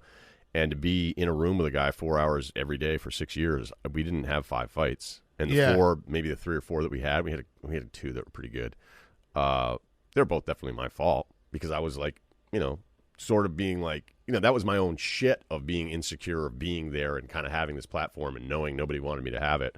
And, sometimes it would just build up. But I always feel great. Like, I've seen radio shows where guys fucking hate each other. Oh, yeah. I mean, Mike and Mike radio. at the end, like Mike and Mike at the end, that 30 for 30, they're like, they literally did not speak to each other unless it was on air. They would sit down in silence, and then the light would turn on. They would talk, do a show, and then walk away in silence, which is nuts. That's nuts to me. Like, that's such a level of, and I wait, did I say Mike and Mike? Yeah. Oh, I didn't mean Mike and Mike, but also them. Yeah, because I was kind of like, there's a 30 for 30 for Mike and Mike. Mike and the already? Mad Dog. Yeah. They were. Mike and the Dog. Yeah. No, but there was a story that but came Mike out. and the Mike Taft I was the think were trust the buster. same. Yeah. Mike and Mike wouldn't talk to each Yes. other. Yeah. Yes. So both. So I guess the key is to just not have a mic. That's a good way. That's If you're a program yeah, director listening yeah. right now, Keep don't hire all anybody the named mic. Mike. Yeah, watch I've had out. fights with Hank, but I've never, and I think PFT has as well, but I think PFT and I always have like a good understanding of like, we're in it together. Like, we are. Like, it's just, we always It's a gotta have each other's relationship, back. man. I mean, it really is. I mean, without the sex, usually for most shows. Well, Yeah. that's why we have Batgirl. So people thought that me and PFT were maybe a We little too kiss homosexual, so we every added year Batgirl. on his birthday. When it turns into my birthday, we kiss. But that's just something that's more of a ritual. tradition, That's yeah. a tradition. That's It's- not- that's there's no sexual I think they do that intention in behind Greece. it. Yeah, isn't it cool when people do inside jokes in your face? Yeah, that I can't even explain Batgirl. I don't even know what to say anymore. Yeah, about I know. anything. I call just, Batgirl. yeah, I know. I I call saw- Batgirl. I saw some of the Batgirl stuff, and I just kind of gave up. Yeah. I was like, I don't think I know No, what they're there's- doing. You know, I don't know what trust you were me, doing. Yeah. You'd be dumber if you found out the origin behind it. Yeah. So just roll with it. No, I did appreciate reading some of the stuff because it was like, why is it always the female heroes? Right. And it was like, is that what it is? Yeah, I don't think that's what it is. Yeah, DC just ate $90 million because they're like, you know what? I mean, hate to be that guy, but it She's sounded like a tax motivation. Yeah. Yeah, Yes, let's just yes. let's not let the broad on the big screen. yes. All right. So you were just Every time I say something, Russillo looks around like, oh my god. I got you. I saved you. No, I know a guy who actually uses the word broad, and I'm like, Jim are you- Florentine. But I just would be like, do you? And be like, hey, any broads out tonight? Where the dames You at? showed up That's in like your. that's like Pete Rose's quote. Did you see that the other day? I when didn't. A reporter asked, like, he went out for the Phillies because it was like the 50-year anniversary or whatever it was, and they're like, a reporter was like, "Hey, are you going to comment about the sexual misconduct allegations against you?" And he's like, "I'm here for the Phillies. I'm here to like celebrate this. So why don't you like mind your own business, babe?" He said, "Babe." What do you think you were going to get from Pete Rose? Nothing. I never expect anything from him. I always, I don't know. We doing Pete Rose. It's August. Yeah. I tell you what, let's ask Russillo all the questions that we get asked. Yeah. But we'll just redirect them towards him. Who's the best interview you've ever had, Ryan? It's actually, I shared this on the podcast, but the Bill Russell interview that I did in the first year I was ever on the air was one of the coolest things I've ever done because I was nervous as shit. I couldn't believe we only got him because we were promoting some other thing that his handler was doing. So it was he never did anything. Right. And so really nervous. I'm doing a morning show with a couple other guys in their 20s. We barely have any hours under our belts doing this radio show. And somehow we end up with him in the interview, which was crazy to begin with. And as soon as the host introduced him, he stopped us and interrupted us. And we're like, fuck. This is going to suck. He's going to be like, who are these idiots? He's going to be Korean. And he goes, if you're going to introduce me, instead of Hall of Famer, an 11-time champion, I would appreciate it if you introduced me. And we're like, oh, no. As captain of the Boston Celtics. Russell. And I was like, oh, Hell wait. yes. Yeah. So that one's always, because it was so early and it was a big deal. And I thought you were going to say Brandon Marshall. Well, the other one. I'm probably most proud of that Brandon Marshall interview. For those that don't know, we were pitched Brandon Marshall, the receiver. It was confirmed by everybody. We were good to go. I open up the Zoom, and I'm like, that's not Brandon Marshall. But it was. But it wasn't. And I'm immediately like double checking an email, and I'm going, what the fuck are you going to do right now? Who is this? And I'm like, what's up, man? And he's like, hey, how's it going? And I was like, all right, cool. And I'm like, I can't go in the Zoom chat, and I'm trying to like message Cerruti being like, or Kyle. I think it was just Kyle at that point. And I was like, what? And so as the first question, you can go back. We left it up because I was like, fuck it. I was like, what's up, man? What have you been doing? Like hoping to find some sort of common ground with his answer of what he's been doing. Yeah, because I'm trying to like, why would I have a different Brandon Marshall that he would think he's like, hey, I'm doing one of these sports podcasts tomorrow. Like, Right. why does he think this is okay? Right. If this isn't, like, something's going on. And then I actually did remember, I'm like, oh, I think he's that Denver guy. I kind of like their Yeah, he won a their Super linebacker. Bowl, yeah. Yeah, I like their linebackers that year. But I still, I mean, you guys know how this is. Like, if you let your head get fucked with in the process, you can make it way worse. Oh, yeah. So now I'm like, you may think it's the Broncos linebacker, but now you're so screwed up because you can't believe that somebody confirmed this. And then as he was answering, I'm checking the email, and I was like, no, it's actually the receivers confirmed on the email from the person. So by the third question, I finally like pieced it together. And then Kyle was like, what do you want to do with that interview? And I go, leave it up, and then we'll tell everybody what happened. Yeah, it was great. I was actually proud of myself. Yes. Yeah. Yes. Oh. What else do we get? Oh, what's Dave Portnoy like in real life? Is he the same guy or teddy bear? I haven't hung out with Dave in a long time. But I met Dave with McShay. So I had McShay in studio in 2003 because I was reading all of his War Room stuff when he was still with Sporting News. So we were about the same age. We were both living in Boston. McShay and I, pretty quickly hit it off. And then he came up to the studio to do some in-studio stuff with us, and he brought Portnoy. And he's like, hey, this is my buddy Dave. And I was like, oh, hey, what's up, dude? And he's like, yeah, I do Barstool Sports. And I was like, oh, that pamphlet you guys hand out? He's like, well, it's not a pamphlet. And I was like, it was like immediately he was all seized up, like, fuck this guy. Yeah. And then they actually did some radio stuff from The Place, which is another like old story. And so I've known. I mean, we're not like I'm obviously a lot closer with Billy. Yeah. How much does Big Cat make? Good question. You know what's cool for you guys is nobody really has any idea. No, Where we at just- ESPN, we all knew what every single one of us made. And I Yeah. remember one time, like, somebody asked me, like, what's your goal? I go, I want to walk to the cafeteria at ESPN and have every other on-air person motherfuck my contract. Yep. I was like, that's my goal at this company. Yeah. 'Cause I want everyone here in the salad bar to be nice to me. And then when I walk away, be like, I can't fucking believe what they signed Russillo for. Never happened. Never happened. Right. Who was that one guy at ESPN? Because I think we get it mixed up occasionally. Was it Polian or was it Mac Brown that used to go to all the like little kiosks where they'd sell candy? He thought it was free. And he thought it was Yeah. free the whole time. Nobody ever stopped him. He would just take Robin. candy bars. I believe I'm to blame for that mix-up because I think I've told it both ways. Okay. Maybe it's both of them. I wouldn't be shocked. Yeah. I wouldn't be shocked if Lou Holtz was in the mix on that one, too. Yeah. Because all the stuff was just there, but it was monitored by cameras, and then somebody realized either Mac or I think it might have been Mac. I think Polian's got bigger. He's got more room in his pants. He used to Yeah. wear those giant khakis. Polian was one of my favorite guys ever. Like, when we did an ESPN draft of putting together your best, like, 7-on-7 team of all the guys that played quarterback, receiver, or whatever, O-line, and then we talked Polian into doing it with us for 2 segments. It's the most annoyed I've ever seen anyone ever for a radio interview. Because we'd be like, Cannell's like, hey, I'm still on the board. And Polian would be like, no. That's fucking incredible. What other questions do you guys get all the time? How much do you make per episode? Yeah, so that's the thing. Yeah, that's the thing. I don't see your salaries. I always see this episode 75,000. number. Well, Is we that told true? we told people that, and people believe it. I signed a new contract in June, and Congratulations. thank you. I Hey, get. by the way, you didn't tweet out anything about that. Well, I did. Is that normal? I addressed it on the show. Yeah, it's pretty standard. Like I didn't want to put anything out about it, but then I found out that somebody was snooping around. They were going to write an article, so I said, okay, I'll just say it on here, and we'll get the clicks for it. So wait, you said how much you made on the podcast? No, well, I do. Yeah, I make 3 bored apes per episode. Yeah. And then I get a slurp juice to go along with that, which you can then use to create a new ape. I'm still So I'm in doing just crypto the now. 75,000 an episode. Yeah, that I'm sounds- saying USD currency. Yeah, but oh, that's yeah, what it's it 85 makes. now. Yeah. because inflation. Thanks, Biden. No, but How do you think he's doing as a job? Biden?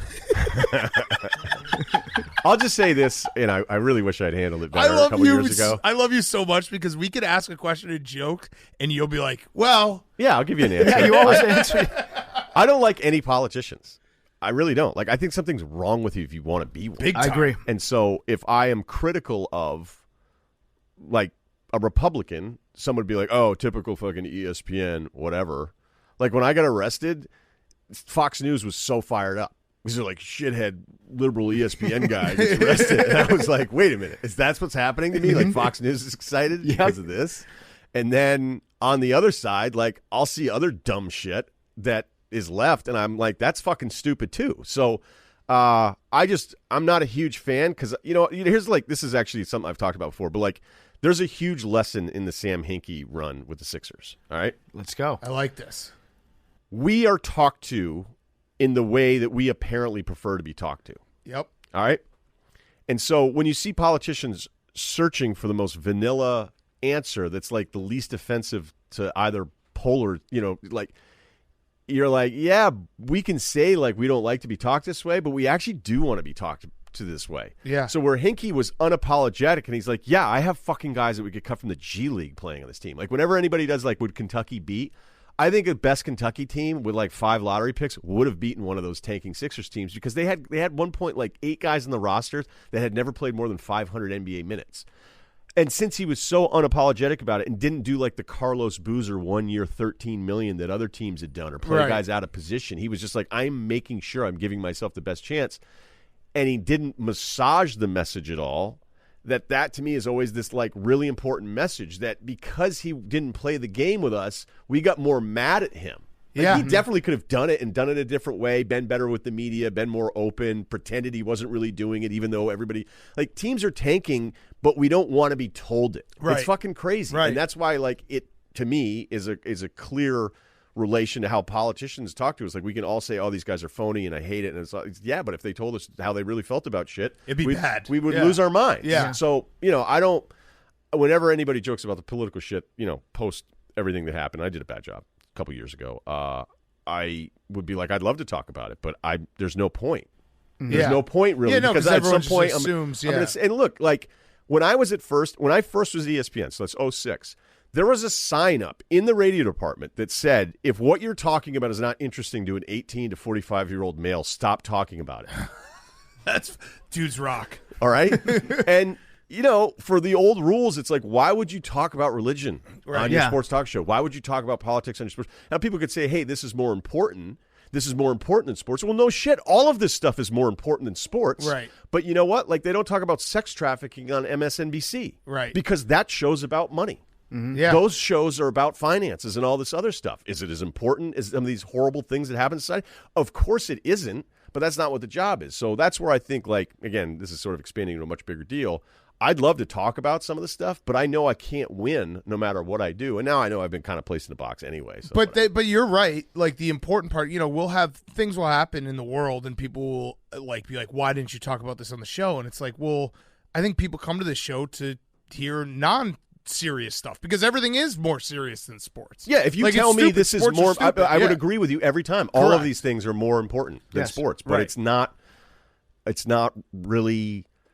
I don't know. Look, everybody can do the job however they want to do it. Yeah. And, so Biden, what, B+? What are we saying here? Just to wrap up I did have a guy DM me the other day who was like, how come you guys haven't addressed Hunter Biden's laptop? It's like, well, okay. Sounds like that's all you want to hear anybody talk about all the time. And then you go check out their timeline, and it's just a bunch of retweets about Hunter Biden's laptop. Yeah. Like, I think you know way more than I do. To me, it would be like if I like somebody how they do their sports show or whatever, and then I found out about their politics. I don't know. Would I be like, oh my God? But people, look, people get really, really passionate about it, which I completely understand. But I don't really know. I think I've kind of learned a little bit more the last couple of years. Like, does stuff will happen? I'd be like, oh, I've got this segment in my head. I've got this 10 minutes, and it'll be killer. I'm like, I just don't know if there's that many wins in this. Right. Yeah, I feel like the scope is narrowed even further than if it's not interesting to an 18 to 45-year-old male, don't talk about it. Now it's like, if it's not about NFL football, don't talk about it. Because it can be March, it can be April, it can be any month. And it's like, well, if you just power rank quarterbacks in a certain division, then that's going to do better ratings than anything else. Who won the draft for an entire month? Yeah. That's a good we'll question. We'll get more now. clicks than NBA, and I know you love the NBA, and I love the NBA, but no, NFL drives. The NFL drives everything we're doing. If you're not doing the NFL, look, it was very clear, even at ESPN and even now. Like, I'm not going to say probably. I like college football more than the NFL. I'm starting every Monday show with the NFL. Yeah. It doesn't. The joke used to be rather you do an average NFL segment on ESPN radio than a really great NBA one. Mm-hmm. Yeah. The NBA is kind of this weird thing where it lives in this awareness that's probably, the NBA Twitter thing is like perfect that exists on Twitter because in the moment it can feel like it's the most important thing that's happening and you're like, yeah, but this isn't always a really good reflection of what actually matters. And then matters. you see the top 50 most watched games, which obviously I don't really 49 care. to 50 It was literally like game 6 of the NBA Finals was like 48. Yeah. Yeah, it's like, okay, that makes sense. Like Monday Night Football, Week 12 was a top 50 watch thing just because that's what people do. I do think the way they're packaged, plays into that a little bit more too. Just the limited product, I guess, would be the best way to go ahead and talk about it. But yeah, I think some of the NBA stuff that's fun because it's all soap opera-y, which is perfect for what we do.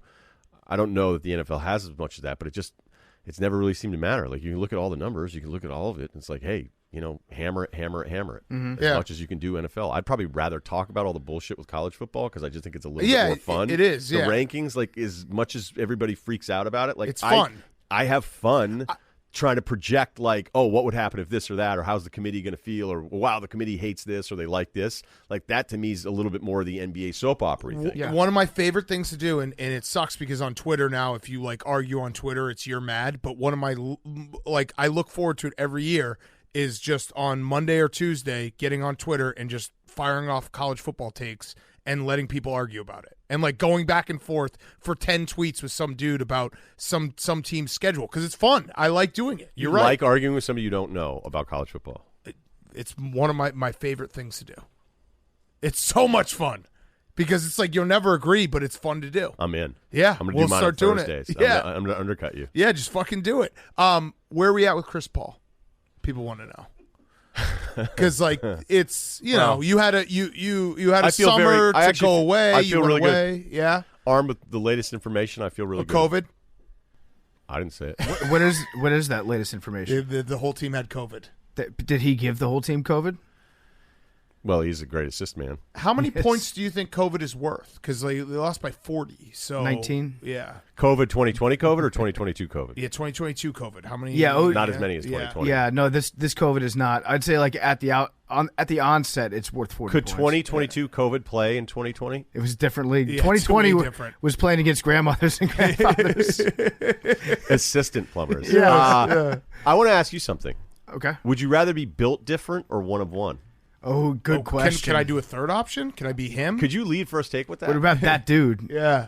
I'd like Or to be him? him. Yeah, I'd like him. to be Are him. those the 4-1 seeds? That dude. Well, I feel like that dude and him are a little overlappy. I think we could come up with a fourth. Built different, one of one. Him Or Yeah, he is have him. a dog in you. Yeah, that's hot right now. It's People hot have now. I don't dogs in think them. it's a long-term one seed. Flash in the pan. Because here's the thing: like a lot of people throw around. Well, you can You say know, goat is the fourth one. Because Goats- people throw around goat Yeah. for everything. No, that was actually a segment that did work on the radio show that Cannell deserved more credit for. It was it was Goat of the Week, and everybody somebody tweeted Goat at me on my birthday, and I was like, take it easy. I'm doing all right. Well, that's also tricky because you could, if you talk to somebody that's older than, let's say, 45, when they hear goat, they think, oh, bad. That's like somebody that fucks something up. Yeah, that's good. That's good. Because when I think about one of one, that's getting thrown around a lot. Yeah, it is. You're like, you're 6'7", you're a pretty good scorer. Yeah. Like, there's a bunch, like the Elephant Man is 101. Yeah. There's a lot of one-on-ones. I think I'd rather be built different because that implies know. that like God specifically set some time aside when He's working on me. He's like, Yeah. okay, this is my passion right here. But I'm gonna make this guy Like a schooner. Yeah. I'm gonna make this guy exactly 5'8" and 1/8. But people like to throw around built different when like they go to the gym at 5 a.m. That's built different. I think he is. I think he is him, or being him is pretty strong right now. You're him. Yeah, no, I think that's a really strong one seed. I just don't know that fourth one if I'm super passionate about any of our options so far. Yeah. But yeah, it's It's smart, PFT. Really good observation because it's the GOAT has been watered down. The correct answer is Secretariat. Yeah. Best horse of all time. Yeah, Top best 50. athlete of all time. Hart was bigger than everyone else. I did go- 1999 Sports Century. I went back 36th. the other day. I watched Secretariat's Triple Crown races. It's Oh, insane. really? Yeah, I did. How was that? How was the rest of the day? It was electric. It was the best day of my life because that third race that he had, Yeah. incredible. And then what you can actually do though with the Triple Crown is you can imagine what the other horses would have ran against him, like some of the other all-time greats. I think the closest second would have been like a full second and a half behind It Secretariat. might have been American Pharaoh. American Pharaoh was insane. It was a as great well. horse, yeah. I saw American Pharaoh at Breeders when he beat everyone. This I was isn't just a like, bit? Damn. All right. No, You're we're doing this? No, Yeah, I yeah. did. Tell me why I played Secretariat every race is in not the Saratoga GOAT. today, so I don't. I know it's not that. a bit. Yeah. Are you saying Secretariat's overrated? Are you? This is fucked up. I don't know how I feel about it. Okay. It's been 20. That's okay. That's a good been pass. 23 years. You didn't pass on Biden, You're but waiting you passed for on Secretariat. you're waiting for all the facts to come out about Secretariat. And by the way, Biden still has some time. Yeah, it does maybe. It's true. He's just rounded the first term. They're a quarter in. What if has anybody ever had the take like Secretariat was definitely on steroids? No, they saw his heart. It was double the size of a regular horse's But isn't heart. that a side effect of? Yeah. I don't know. Does steroid make your heart grow That was like bigger? the Lance Armstrong thing. Be like, he had cancer. Would he take steroids? Would he an asshole? Yeah, kind of, maybe. All right, so you were in Europe. I Any was. highlights? You didn't. You avoided the Chris Paul question very nicely. Like, are we going? Let me rephrase. You brought it up again even better, though. Are you going? Are you going hard back into Chris Paul this year, or are you going to keep your distance, hoping things go different, even though they've never gone different for him? It's tough. This was a tough one. That Game 7 was so bad. I had such a bad time. And then I had to do a podcast like literally right after. And everybody listened to see how depressed I would be. It was Because awesome. it was so bad. It was And I was awesome. like, you're just sitting there like, what do you want me to say? Like, I'm an asshole now? Like, I guess so. So, look, man, I really think Phoenix should have done a better job. My whole goal would have been, if I were the Phoenix Suns, to get him some kind of combo guard that, if you're not just to back up his minutes, but to like relieve some of the stress of whatever was going Defense, yeah. on. And they didn't do that, of course. They couldn't sign a big guy 2 years ago. Sarver's a terrible, terrible owner. And, they went through this whole DeAndre Ayton thing to be like, hey, do you want to just fuck with this guy and then match, save a $1 or $2 later on? Right. Like, that was so pointless. Because they were like, oh, we don't think you're going to, whatever. They shaved a year off. So I actually think and it's all related to Sarver. It's not James Jones. So, unfortunately, I don't think, I think they should have tried to figure out a way roster-wise to help him, and I really don't feel like they did. Okay. So, I'm a little worried about it, and I think the Warriors are going to be even better. Ooh. Yeah. I like that spicy. take. What about Kevin Durant? Is that still in the picture for the Suns? I got to tell you, What are you hearing, Ryan? I love him, but he's making it tough to love him He's lately. really I've gone the entire I used to be baby back bitch Durant, then I completely flipped when it's like, no, this guy's pretty cool. Like, he responds to people on Twitter. He is kind of unapologetically him. And this last one is tough. It's tough. To sign a 4-year deal and then be like, fire everyone that I hired, it's tough. Yeah, those guys didn't want Atkinson around because they didn't want to be coached. So then they decided, hey, let's bring in Steve Nash. Right. So he'll just have the perfect demeanor, perfect personality. He's not going to push these guys. And now they don't want him. And then it's like, so wait, Sean Marks is the guy when you basically were like, hey, sign DeAndre Jordan, who shouldn't even have gotten the contract, but he got the buddy deal. Yeah. And so you're getting everything you want, and then you still want everybody fired. Yeah. Here's how I would sum it up. Just play in the fucking basketball games, Yes. and maybe things will work out. Yes. Okay, They still are mean, really good. This Nets story, I've had it. Like Kyrie, people finally found out what happened here. They were still going to give him the max, Yeah. and they just wanted a games played stipulation. Yeah. And he's like, "Nah, man, can't control me." But like, do you mind playing? Right. Is there any way if we give you this 4-year extension, we're going to play in more games? And so I have no sympathy for any of those guys. Whenever I see anybody on TV being like, well, they could have done a better job with their bi-level exception. And I'm like, stop fucking talking. It's about one thing. The guys don't play in enough games. And if they did, you're right. Yeah. This team would actually be pretty good. Really good. Stephen A. Smith had the all-time take of, like, when Russia invaded Ukraine, I didn't know if Kyrie Irving was going to go play basketball that day because it might have just been too much for him to deal with at the time. I'll tell you what, Stephen A. on the Kyrie stuff, has been unbelievable. It's been great. Unbelievable. It's really his magnum opus. How do you feel about Stephen A. Smith taking off the entire month of August with a shoulder injury? He's back this week. If there was time, you're going to take he took time July off. in August, yeah. You can't take time off at ESPN during the fall. We just covered college football, and like even for me too, like right after college and Super Bowl, it would be like right into NBA trade deadline, right into March Madness, right into the NBA playoffs, right into the draft, right into free agency. The 6 weeks that you get to take off when you're on air are the last couple weeks of July and as much as August as you can. So, the guy works, for any shit that people want to give Stephen A. because, you're just out there in the pop, spotlight long enough. I would not give him a shit because that guy says yes to everything. Yeah. He works his ass off. He is him. Yeah, so I'm not gonna get on his case for taking off the time when ESPN is like, go reset, take this time off, be ready to go week 1 NFL, and then that's a straight run until, the NBA Finals. Yeah. I mean, that's, again, another perfect example of, like, I was asking you a question that was, like, kind of a joke, and you're like, well, I'll actually give you a great detailed response of why it is appropriate to I'm take taking off this really August. seriously today. You are. I hope you guys appreciate are. that. Yeah. So I was at a rooftop party, and I was like, I can't drink. I'm going on PMT, yeah, let's do it. you got any World Cup Commentator. takes? Commentator, yeah. Which sport? Oh, good question. Football. Soccer. I don't. I tell you, though. I like Italy really, this year.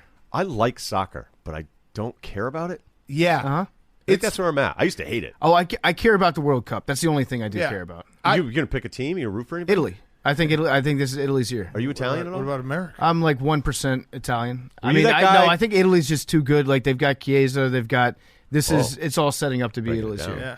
He sounds good. I'm rooting for America. Yeah. Yeah. I think I will, too. They're my second team behind Italy. I'm going to root for Iceland. Are they in it? Nope. I don't think so. Soccer's the sport for Can we get research on that? Yeah, Jake's gonna get research. I've always said soccer's great because it's sometimes you wake up on a Saturday or Sunday morning before like real sports start and you just want to see a ball move around on grass. Like when you're hungover on a Saturday, just put it. It's nice. It's a nice aesthetic. Ooh, that Group H. Group of death. Yeah. I don't see Iceland. No, I don't think so. I got to tell you, you want to talk about overestimating someone's interest in your European travels? Mm-hmm. The Chris Long Big Cat text thread. Oh, really? No, I mean, I was out too. I sent you guys Yeah, epic I felt shit bad about that one. from the It was fjords. Grit Week. Oh, It was you Grit did Week. go to Iceland. I Yeah, did, he went. yeah. Yeah. I just got Yeah. back from France. I went to Iceland. I'm still kind of in that ESPN mode. I listened to the Still different. podcast. It was fantastic. Ryan did on his show a full detail of his Iceland travels, and I've never heard a podcast like that, and it was fucking hilarious. Thank you. Yeah, that was a sincere compliment. What'd you think of the Blue Lagoon? Made it the last day. All right, I got to tell you, it's a great question. Great question. This is another question I was expecting a serious answer to. So the thing about the Blue Lagoon, It's not got the that minerals. blue. It's got the It's not minerals that blue. in the clay, right? I've You got- smeared on yourself? Did a whole breakdown of it because I saw the pictures and I'm like, what is this? And it was like the last day. I ended up, if you listen to the podcast, I couldn't find a hotel room on the southeastern side by the glacier, so I had to drive another 5 hours that day. And I was like, fuck it, I'm just going to go back to Reykjavik. And then I had like one day of not driving, and it was like the best. I was like, oh, okay, this is cool. Like, I'm not driving, just hanging out. The city's pretty small. And so the last real day, I go, you know what I'm going to do? I'm going to head towards the lagoon, and then I can come back into town, whatever. None of that was relevant. Probably could cut it all out. So you see this blue water, and it's like in these black lava rocks. And you're like, is this really like this sick? Is it going to be this cool? And it's this runoff from this geothermal plant. So then you're like, wait, is that? And I'm like, I guess it is cool. Like, I would imagine at this point they would have realized it if it wasn't safe. you're right. And it apparently is. And so then I look on the website for how to book it, and it's like sold out for 2 months straight. Like, no chance. I'm like, okay, but one of one. Yep. That's the great thing about traveling by yourself. It does get a little lonely. But you can usually just show up to a lot of places and go, hey, it's just me. Although in France, and I would put one other European country in that, they're almost so offended you're by yourself. You're like, wait, you waited to come to this really fancy restaurant and you're going to fucking sit here by yourself? Like, don't give him ice. When he wants his check, never give it to him. You're really mad about this ice right, thing, huh? Right. No, because there was a place in Nice, like the last night I went to dinner, I looked up this Italian place, and I was like, oh, this is the best Italian place in Nice. I'll go. And the guy brought me like large croutons instead of bread. I was like, are you guys serious with this? I was like, is this normally how the bread is handed out to people? And I like broke it apart like a piece of fucking Egyptian lore. And the guy was like watching me break. He was like, oh, that's stale. I'm like, you think? Yeah. And then he was like, how was the meal? I go, pizza was phenomenal. I go, the meatballs are frozen. Aren't they? And he was like, yes.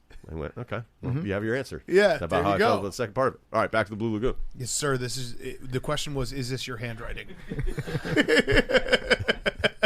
So I walk in and it's packed. And I was like, I'm not getting in here.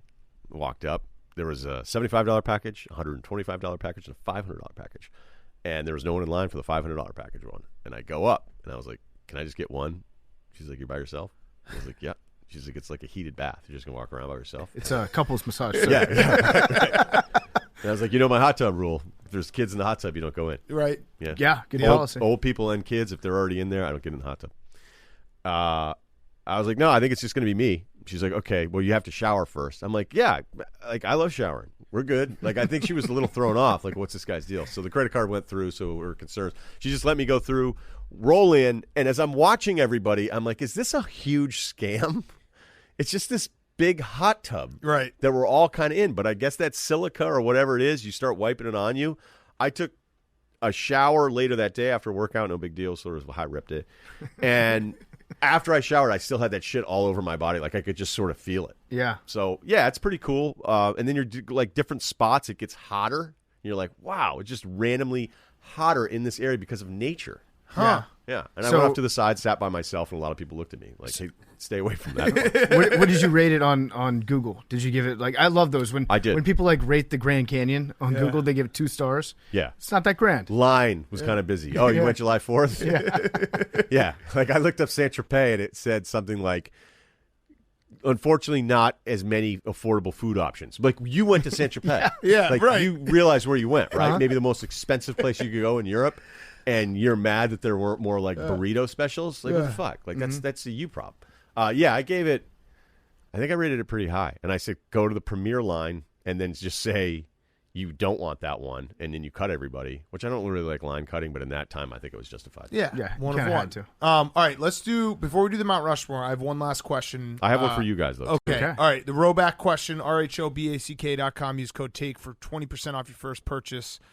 Q-Zips, hoodies, polos, roback.com. Promo code TAKE for 20% off your first purchase. Give us your hottest NFL take before the season starts. Team, player, whatever you want. What are you thinking? Oh man, I was not prepared for this. You got all. something you're thinking about.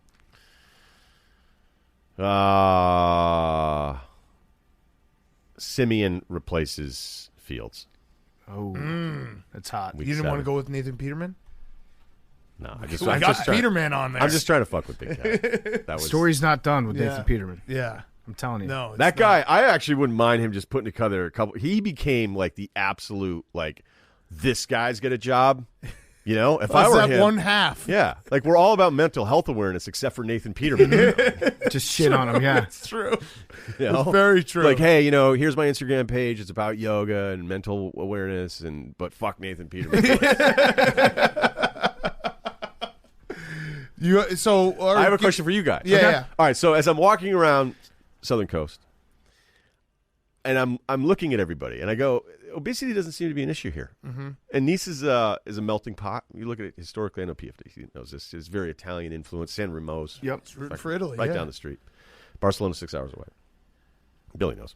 And so every day was like burrata, ham, prosciutto, whatever you want to call it. Baguette every Baguettes afternoon. out of yeah. just out of the woodwork. And the bread really is that good. Like It's you just get so a, good. You can just get a piece of bread and walk around all day. It's the fucking It's best. so good. I randomly got stuck at this lake because I couldn't find an Uber out of there, and some guy saw me walking like up a cliff with my luggage, and he pulled over and was like, "Do you want to ride?" And I just was like, "Yeah, sure, I guess so." But he wasn't going that far. But I looked down, and in the storage of his back seat was just a loaf of bread. Fuck yes. Just it's insane. awesome. So, all right, pizza, fries. I don't like the way the French do the French fry thing though at all. They just like it's almost like rice, like sushi rice. It's just around, Yep. and then they give it to you. And you're Right. like, no, we cook them. Yeah, and then yeah. we give them to you. It's Yeah. weird. And I'm looking at everybody vaping, there's babies sitting at these tables, just cigarette smoke right in their face. I can't imagine. I don't know what the vaping stuff. I don't know the science behind it. Drinking. You're like, what's the life expectancy, the U.S. compared to France? Okay, so U.S. is what, like 77, 79? The one I found. Age. Yeah, very good, very good. It's like 79 to 82. Okay, male female. I think I have an answer for this too. Okay. By the way, where do you think the United States ranks among the 190 countries that I have in front of me on life expectancy in the world? I'm gonna guess 19. I was gonna say like more in the 40s. 49. Wow. Ooh, I was almost said 50s. Now would have been closer. There's obesity issues. There's also lack of universal health care. Yep. Because, OJ lives here. Yep. That's a lot of factors. But France is like top 20. And then I landed on this theory, which I don't even know if it's right or not, but this is just what this podcast is about exploring. We still have our pants on. Right. It's been good so far. Is Ryan wearing pants? Ryan, yeah. If I can see Ryan's his balls. favorite thing to do is just to show all of his balls to our audience. I didn't mean to this time, but it just You happened. I thought you were doing it did. as a bit. I Yeah, thought you were I like, did. okay, I'm going to wear a smaller pair of shorts than I did last time. No, my legs got bigger since the last time. Okay, So nice. these shorts are actually bigger, but so Okay. are my legs. So Billy noticed. But it might just be that the food, even though you'd be like, you guys are just eating pizza and cheese and ham and everything over and over and over again, because every fucking restaurant, the menu's almost the same. But because it's non-processed, is Yeah. that what's going on? Because the cigarette thing over there is out of control. America doesn't get enough credit for how much they've moved off of the cigarette. Right. I have one theory as well. I think vacation. They all take the fucking summer off. They're They don't happier. work It's like Hollywood. constantly. Like the fact that Try to Europe, get a script made in July, fucking Dude, forget about it. Everyone takes all of July. Has that been the problem for you?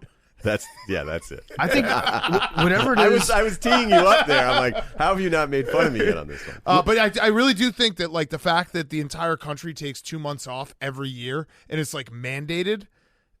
Like Hank's probably going to outlive us because he takes vacation all the He's time. probably going to move to Europe. Yeah, I'm screwed. I think whatever it is that I mean, we are I too. still was putting out content while I was on vacation. Yeah. you know how like As the, you guys the grapes over there are better. The pigs are healthier. Everything's healthier. I think it's less processed food. Do they PFT. I think you're right. I think Do they it's snack? that the same effects that are happening to the agriculture where you can get incredible grapes that make incredible wine. There's some of that that's also going into humans as they're over there. The Yeah. environmental factors. Billy's got an idea. I'm sure this will be Wait, do they snack though? Do they snack they there? snack. Yes, they don't snack. snack. They I do don't snack. think. They do I think they snack. just eat their meals. healthier snacks though. I think they just eat. The other thing I thought about when they never bring you a check, because they don't. I'm surprised I'm not still there waiting at this one place. It may be because they're like, "What's the rush?" Right. Yeah. Like, this is what they're you do. relaxed. Just Yeah. chill out, man. Yeah. Why do you have to be so intense about everything? Like, you finished your meal and now, sit down. hang Honestly, out. I think it's because our TV over here is so much better. Yeah, that too. It makes And we us have more want to sports. spend more time on the couch watching TV. Makes us want to leave restaurants quicker. We don't allow time to digest properly because we're like, oh, we got to go home because there's this great show on. Yeah. that's about a cool That's- state in the that's United streaming States. that you can watch literally Instantly. anytime. And in France, it's like, oh, yeah, you know what? Let's stay another 45 minutes after dinner because the best shows that I can watch on TV are all about like New York City. So Right. I don't There's really care 6 about it channels. that much. Yeah. Billy. Do you want to go ahead, Billy? Sorry. I know that the pesticides, there's a lot more illegal There we go. pesticides in Europe, and especially in the cigarettes. There's much more pesticides on American tobacco than European tobacco. That's why there's not as high rates of lung cancer. People like are just we get. firing darts and vaping. Yeah. And I'm talking like with kids. I saw an 11-year-old kid in Aix-en-Provence. He's the coolest fucking kid I saw all week. He was like 11, Hawaiian shirt, fucking dart out of the side of his mouth. It's awesome. And he walked up to like 2 13-year-olds and was like, who wants to fucking party and walk around with me?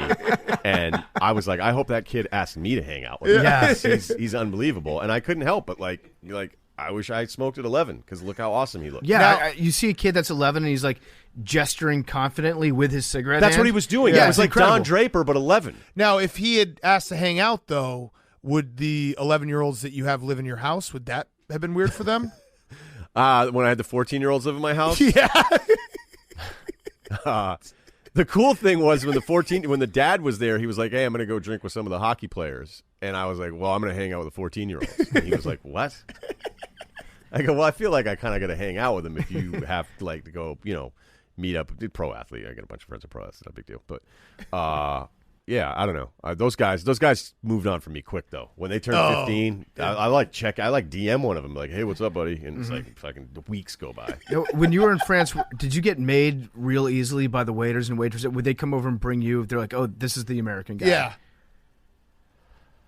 I thought like there was one place I went to in Greece that was really nice. It was on the water. I sat by myself, and they were like, "What a loser! Like, just fuck this guy." He's sitting there. They didn't even light the candle at the table. Like, I couldn't read. It was, like, dark, and I had to, like, turn my phone on to read. Maybe it was – well, no, I was younger then, so it wasn't an age thing. I just think that the service is terrible. The service is terrible. Like, I think after, 20-plus meals, like, I think I have a good read on it. Yeah. I think the research would tell you is just the service is not what it is here. Yeah. The most insulting thing that happened to me when I was in France was I sat down at a table for breakfast. It's like this outdoor cafe. But you were standing? I sit down. That was mean. That's mean. Yeah, but you meant it was an insulting thing that happened to you. Yeah. Yeah, no, I'm 5'8", Ryan. Got a They problem with got that? you the I'm booster sorry. seat? If I could have willed my body to grow higher, I would have. You're not built Unfortunately, different. I'm not. Yeah. So I have to love myself and my That'd be body a just the great way that hat. I am. Built same. Built. Built average. So I sit down, and the waiter comes over, immediately confiscates the French menu, hands me an English menu, and this is the worst part. They take the cigarette ashtray off the table. It's like, oh, this guy's American. He can't speak French, and he's not going to smoke, obviously. So I got up, and I went next door, and I bought a pack of cigarettes just to bring it back and start chain smoking. I'm like, bring that fucking ashtray back. I'm going to smoke. I'm going to smoke in your restaurant. I like that. Yeah. I like that out of you. I was very insulted by it. Yeah. Almost as insulted as I was a second ago. You brought up my height. Yeah.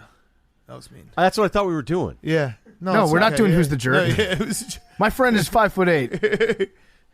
are you That's it. really? That's all I got. It would be. I are now you I feel really bad. 5'8"? That would be the Who's the Jerk. Yeah. I feel bad. Trent Richardson jersey? Yeah. Yeah. He's going Future to the Hall of Hall of Fame. Famer. Yeah. He's gold jacket. We're going to get back to Ryen Russillo in a second. Before we do, he's being brought to you by Whatnot. Whatnot is a live stream auction app where you can buy collectibles, comics, and really almost anything else.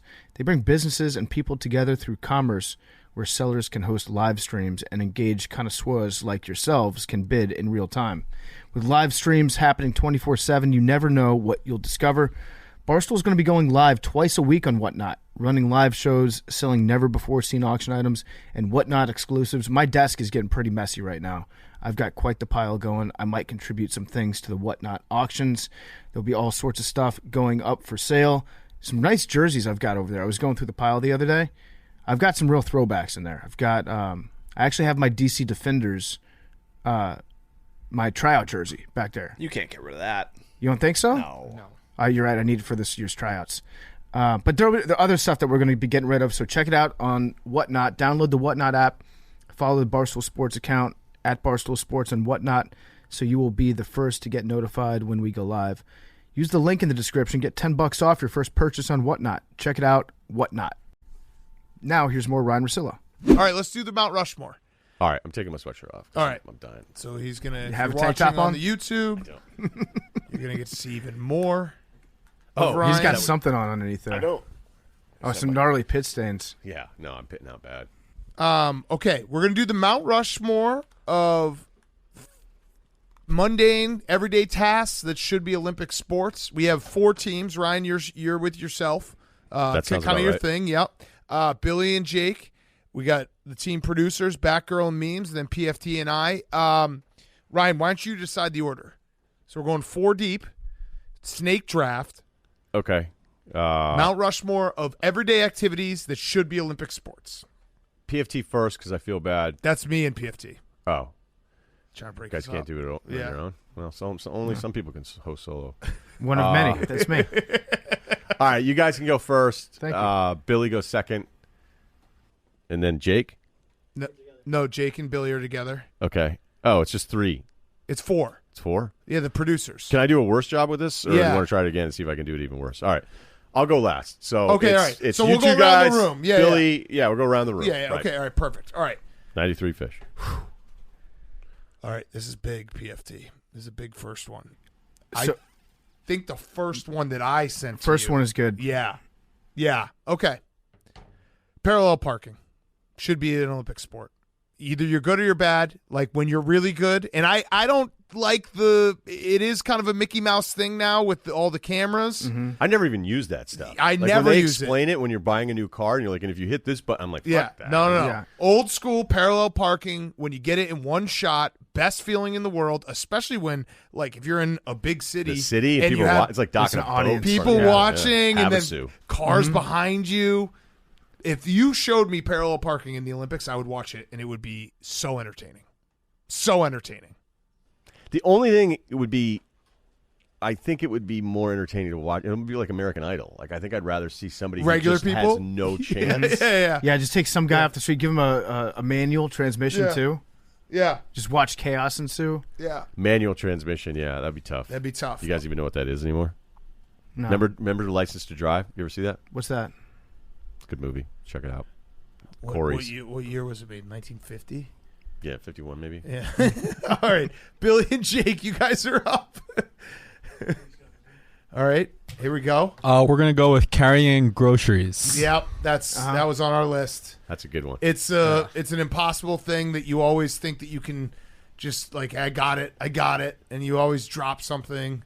But, man, that's fun. And then you get up to the door and you're like, wait, I actually can't open the door now. Yeah. So you have to put it down anyways. I like when the circulation gets cut off in the forearm. Yes. You know, and like that plastic CVS bag is just like cutting into you. I also like when you have so many groceries and then you have like the paper towels or the toilet paper and you poke your finger in the plastic wrapping, so then you just have the toilet paper by one single finger. Yeah. It's The just towels. like, you're just like this with everything else. That's good. That's a great time. God, Good pick. that's a really good one. Good pick. All right, Batgirl. We're gonna go with holding in a shit when you don't have access to an easy bathroom. Just not using the bathroom. Texas pretty poop correct. hole. Not soiling yourself. Yeah. Texas poop hold'em. I just really want to see Texas poop hold'em. Is what it is. Yeah. Okay. That's a very tough thing to do. Mm-hmm. Especially when you gamble. There's nothing worse than when you gamble on like I got to go out for like an hour. And you're like, I think I'm good. And then like 10 minutes into being out, you're like, oh, I'm not good. I did that today on the train. I got on New Jersey Transit, which we know they're incompetent thanks to Frank the Tank. And I drank a giant thing of water before I got on. And then I forgot that they don't have bathrooms on that train. And so I'm just signing my own death warrant. It's like, okay, an hour and a half on this train. You better hold That's it an in. initiation some places to get in. Yeah. Just hang on to exactly it. that. Yeah. It's bad. It's bad. Okay. Ryan, you're up. You have 2 picks. I know. Everyday thing. I love my ability to be able to throw a towel into a bin. Oh, yeah. Okay, and especially like when there's a little moisture on it. Yep. And you have the weight right. And I have a little routine at the Equinox. Oh, you go to the gym? I do, and I'm getting out to like almost 20 yards. Ooh. Like it's aggressive what I'm trying to pull off, and it's a slot too, right? But it's like flat. So you have to kind of go in. It's not like straight at you. It's on top. It's like playing of like bags. a surface. Yeah. But I'm like out there. These are like routes, and I have it. And when I hit it, I like look around to be like, did anyone see me do that? Do you yell anything? You're like Kobe or anything? I've had a couple where I was like, holy shit, man, that was good. And then you're like, you're the biggest loser ever because you just said that out loud. But I really love that. I'd like to see other people just randomly, like when I get a chance to throw something into something, I'm like, I love this, and I would watch it. I'm automatic on socks into the laundry bin, Yep. like in my apartment.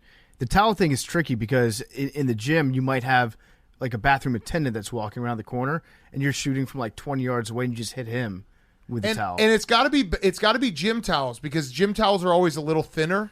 You know, I mean, because there's you a can't weight- do the big ones Yeah. that you have at home. The AC's blowing, who knows? You get caught up in some sort of The gust. elements. Yeah, but I like, That's a good pick. yeah, I've just noticed that I'm like, you keep trying to see where this is going to go. All right, I'm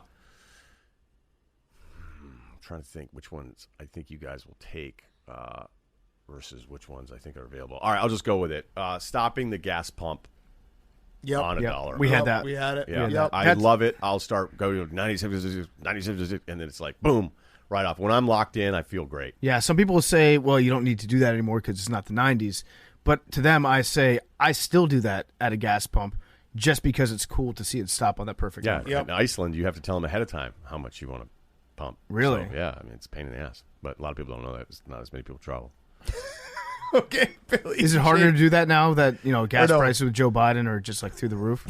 There's a lot of factors, PFT. Name two of them. It's not just our leadership. All right, Batgirl, you guys are up. Good picks.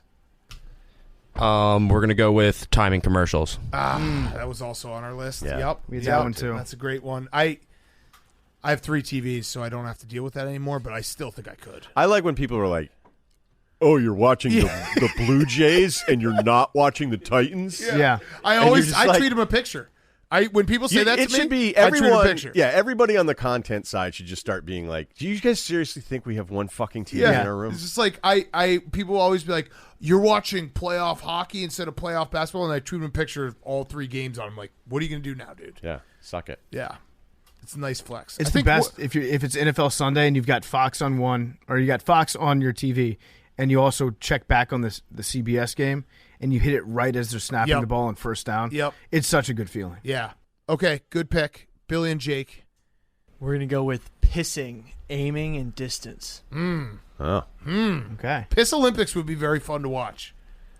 Shit. Who can piss the farthest? Yeah. Who's got the best accuracy? Yeah, McConaughey was saying in his book that like his dad and him used to have contests not for distance, but for height. They would see who could pee up the highest on the wall. Yeah. I think he said that his dad could pee up like 8 feet. That's 8 feet? crazy. That's not that crazy. That's crazy. It isn't? Billy, I think how I far can can you I think I can make my piss Go outside and piss in the hallway. try Tape it? Yeah, right. Dude. We got to do it. Go do it right I now. think you a lot could of games. piss. Well, I I think gotta you go could see how piss you- in the hallway at this No, office and no one would notice. Go see. No, well, I gotta piss first. I gotta have to pee first. Right. okay. Good point. Okay, so drink some water. Okay. All right. I think And I then could get on the piss on train. the ceiling. I think I could hit the ceiling. I don't think I could. I don't. Pissing on the ceiling? Cover? Without a whip, though. You can't whip. You can't whip. Yeah, that we're talking Yeah, because extreme a power. whip is I could piss on the ceiling with a whip. We're talking prostate only. Yeah. You're I just think I you're could just power it. raw power. Yeah, maybe, you know what? Maybe now that I think about this, maybe 8 feet isn't that impressive. Not laying It down. sounds but, I impressive. kind of like, want to see you standing try to up. pee I on definitely the don't think they were laying down. Now I got to see Billy pee lying down. Straight up into the Lay air. Billy, down. I don't straight, just power, Standing? standing Maybe power. Billy's right. Yeah. I know we got to see it now. Fuck. I'll do it in the bathroom. Okay, great. Just Like, mark it on the against wall. a Do it in the shower. corner. Yeah, that's perfect. Yeah. Yeah. Okay. Let me You drink can some do water. whatever you want. It's a good experiment. I Yeah. like this. Drink up. I want to see who can piss the farthest. Yeah, this is the Olympics. Okay, good pick. All right, PFT, where do we Calvin. want to go? Yeah, this is a tough one because they took 2 of ours. Yeah. I like the second to last thing that I sent you in that big block. Yeah. I like that one. Yeah, and I like the one above it too. So why don't you go with the second last one, and I'll go with the 1-2 above it. Okay. Yeah. Hitting every light in a row. Seeing how many you can get.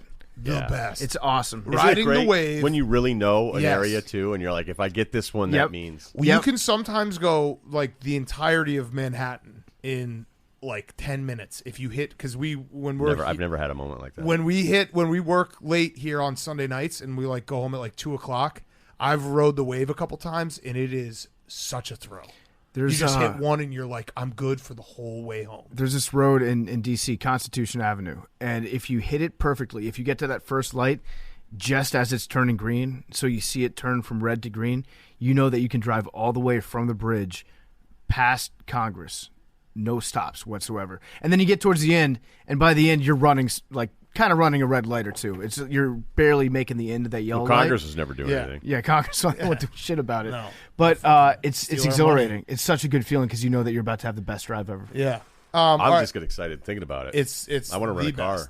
All right. Our next pick is going to be, now this one I actually think like you could actually really have a great competition. You have everyone is laying there sleeping, and it's who can wake up before the alarm closest to the alarm.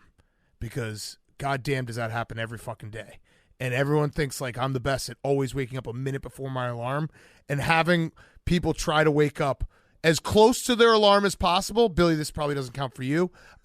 Before their alarm hits. What a thrill that would be. What is that? How come we haven't unlocked what that brain power It's is? crazy. That when you go, hey, I'm going to set my alarm, and then I'm going to wake up, and like I can't believe how often I wake up right before the alarm. So Every day. why are we not untapping what that ability is and applying that to more things? It's just your The rhythm. Olympics. Why aren't Your we seeing internal who's clock. the best? I was talking to a security guard one time. This story blows my mind. That Humble brag. No, that this dude is built different. He was telling me he wakes up every morning at 4 a.m. He has never used an alarm. He wakes up at 4 o'clock in the morning every single day. He doesn't obviously have a snooze button, but he says sometimes if I'm feeling tired, I'll wake up at 4 and then I'll close my eyes and I'll count to 60 7 times in a row, and then I'll open my eyes again. That's my snooze button. Fucking maniac. Did you have on macro dosing? What the fuck are you talking no, about? he's a psychopath. That's crazy. Yeah. I had one moment that I still don't really explain other than my content brain just overpowers my life. I was in France. It was whatever it was, 2018, 2019, when LeBron signed with the Lakers. So it's like 3 or 4 in the morning. I woke up out of a deep, deep sleep, out of nowhere, just woke up, looked at my phone, stared at my phone. 20 seconds later, the Woj alert happens. LeBron signs with the Lakers. I still don't know how that happened. And I spent the next 3 hours just tweeting it, in the middle of the night from France. And I was like, what's going on with my brain? It was crazy. I watched the alert go on my phone. That's weird. It was weird. It was very, very eerie. I mean, obviously we knew he was going to sign somewhere that week, but still, it was fun. That's not what you're saying. Yeah, it made me realize maybe I should take a break. Everybody knew he was going to the Lakers. It was fucked up. No, I've been having a lot of this stuff. Like there was this guitar player that I just recently started teaching myself how to play guitar. Really? And, yeah, but I not a wanna midlife crisis for anyone who's going to say that in the comments. No, I've always wanted to do this. Mm-hmm. But it's the boat that you bought too. Well, it's an investment. It's an investment. Sorry, MMA, I'm getting you back for the PFTI joke. The MMA class has been great, though. You a brown belt now? My dojo, we don't really like to categorize. Everybody knows who's who. Yeah, we don't need a belt to fucking prove it. You have many black belts, many instructors, just like the Nets. We're not making fun of Ryan. If you want to see a sick rendition of Hotel California on his newly purchased boat, he will be ready in about a month.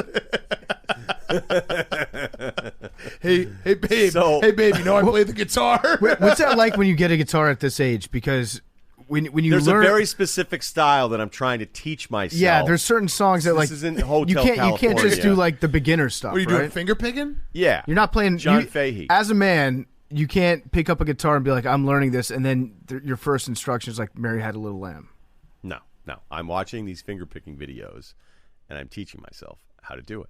And so far, so good. I'm classically trained, so just have the ear. And what? I have the ear.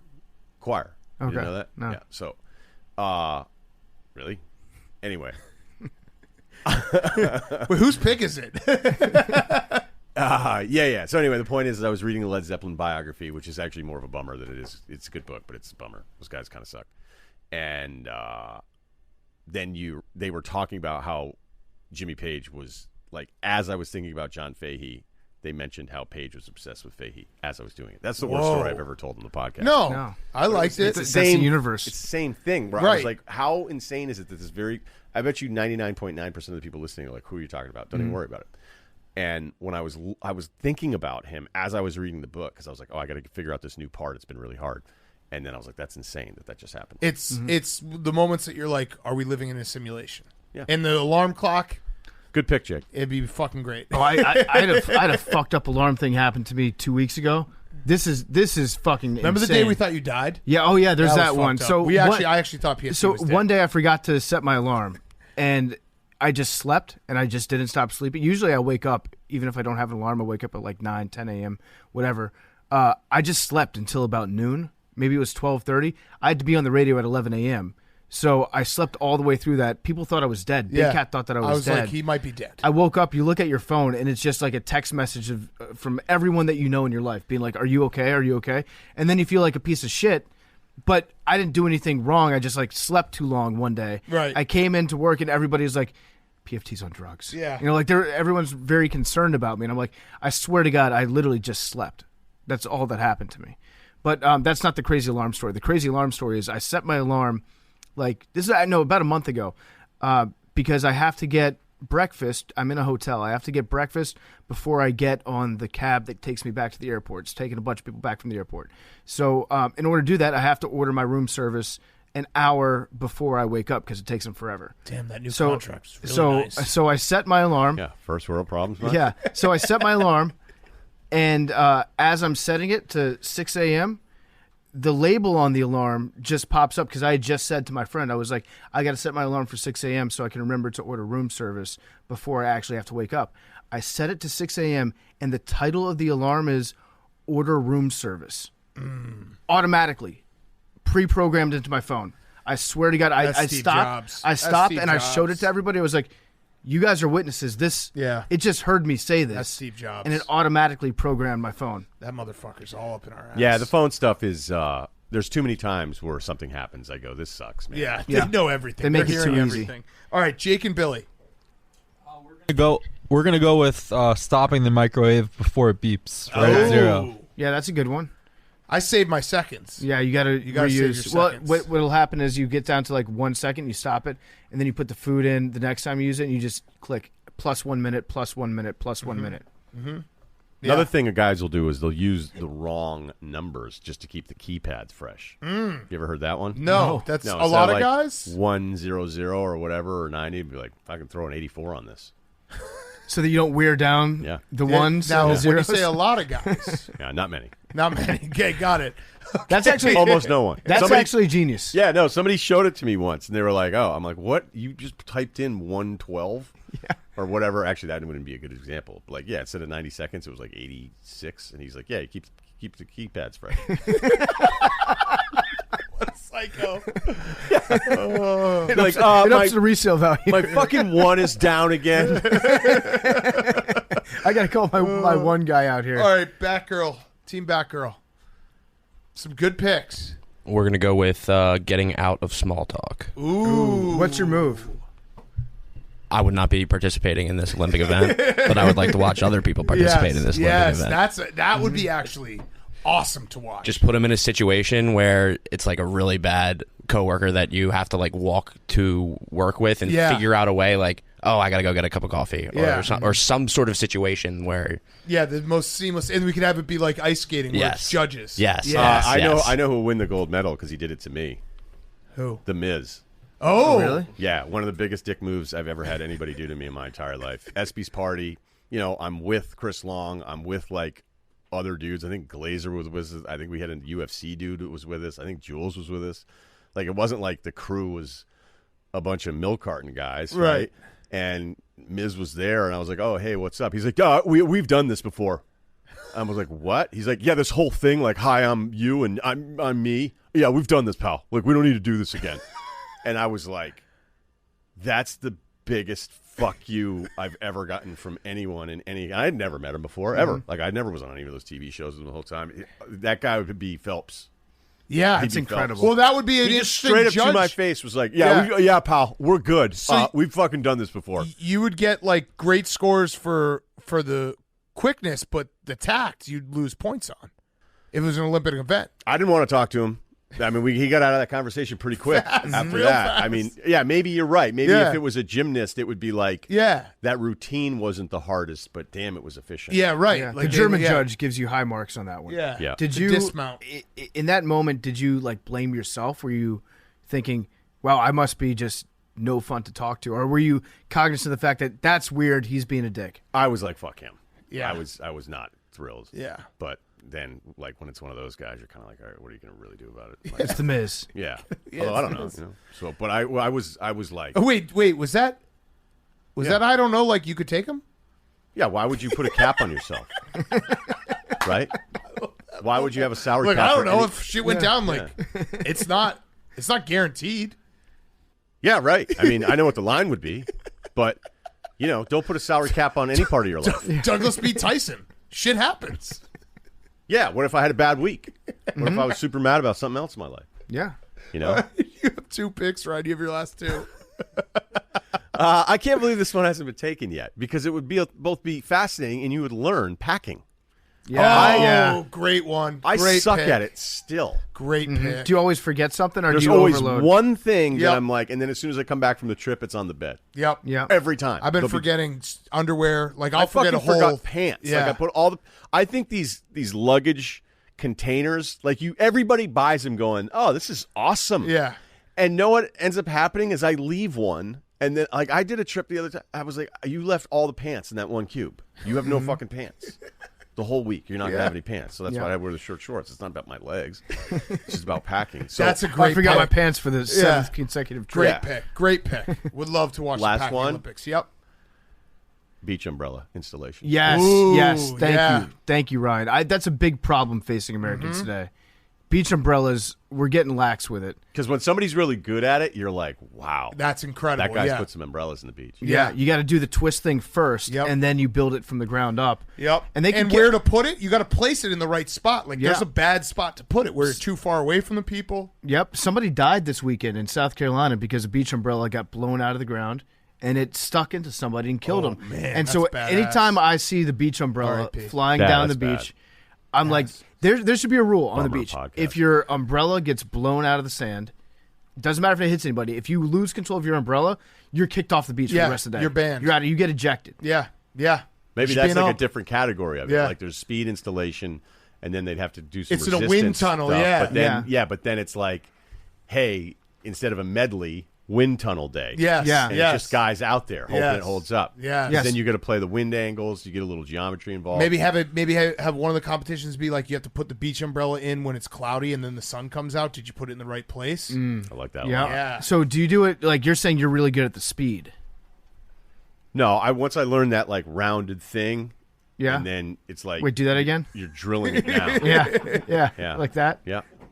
We're This gonna is like don't worry, butter we're gonna churning. blur your legs out because Yeah. That would be funny. Just the whole just time. the whole bottom half of you is blurred. Yeah, I don't know. I wouldn't say I'm great at it. You know? Yeah. I mean, there's some of these things I just want to be better at. these are things you want to watch Right. too. 'Cause if Right. this would have been like the Olympics thing of like me, it would have been forgetting names. Right. Yeah. I would. Nobody forgets a name faster than I Yeah. do. I've tried those tricks. No, Like, they don't work. Because the other thing too, it's like some of the tricks is like you're supposed to look at somebody's face, and I'm like bad with this. If you have a really aggressive, weirdly placed mole, I'm going to look at it the whole fucking time. I can't stop looking at it. But they'll tell you to do that to remember names. To be like, hey, you know, look at somebody's face, and then I'm like, what if? Wait, like, I don't know. When people that can remember names, that fascinates It's me. also just a shit show when like we were on Grit Week and there was 9 of us and we'd show up somewhere and there'd be like 3 or 4 dudes. They'd be like, "Hey, what's up?" And we go down the line. It's like none of us remember any of our names. Like when you do like the big meet and everyone's like, "Hey, I'm here." Oh, you're saying they don't remember your name? No. Like we can't remember theirs. 'Cause we're meeting like 4 or 5 guys. They're meeting 9 guys. Like Yeah, right. it's just right. a fucking mess. Like why do we even do it? All right, Batgirl, last pick. Last pick, another one I'm kind of surprised hasn't been picked yet, especially you talk about this a lot. Big Cat, putting a cooler together. Yeah. Packing a cooler would be good. Packing a cooler would be very good. Is that kind of like talk the about that a lot? The tortilla I've talked about it soup before. thing, though? What do you mean? What? Is packing a cooler? Is it under the packing umbrella, or is it? Oh, you think that you're calling I'm a flag on them? I'm just asking for clarification. Whoa! You're I think calling no. a It's flag. Matt. It's a completely different art. Yeah, I mean, completely different art. the Max, cooler you're is right. an Don't let- art. don't let Yeah. Ryan Yeah, I mean, shame you. No.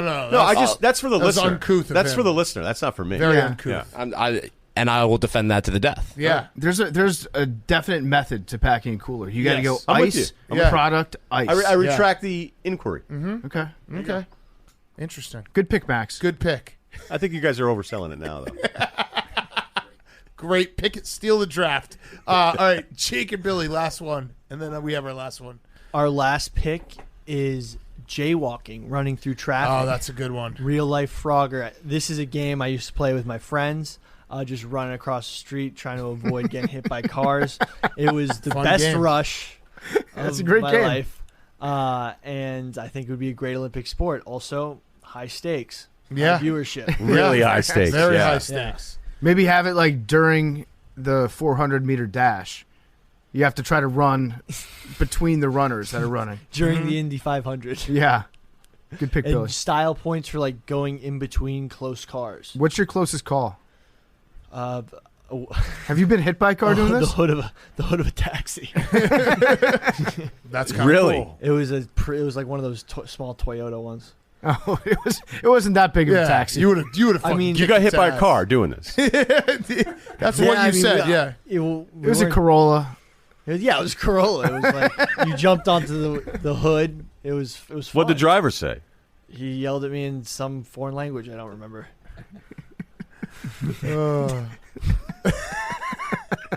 I'm elite at moving through crowds, but that's a little different of a.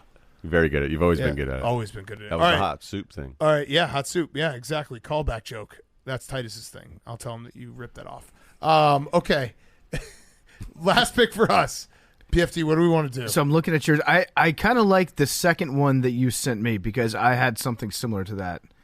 But which pointed to me? In the first thing. The first line? block of text. The second line is good there. I also like the one that was right before the hitting every light in a row. Okay. So either one of those two.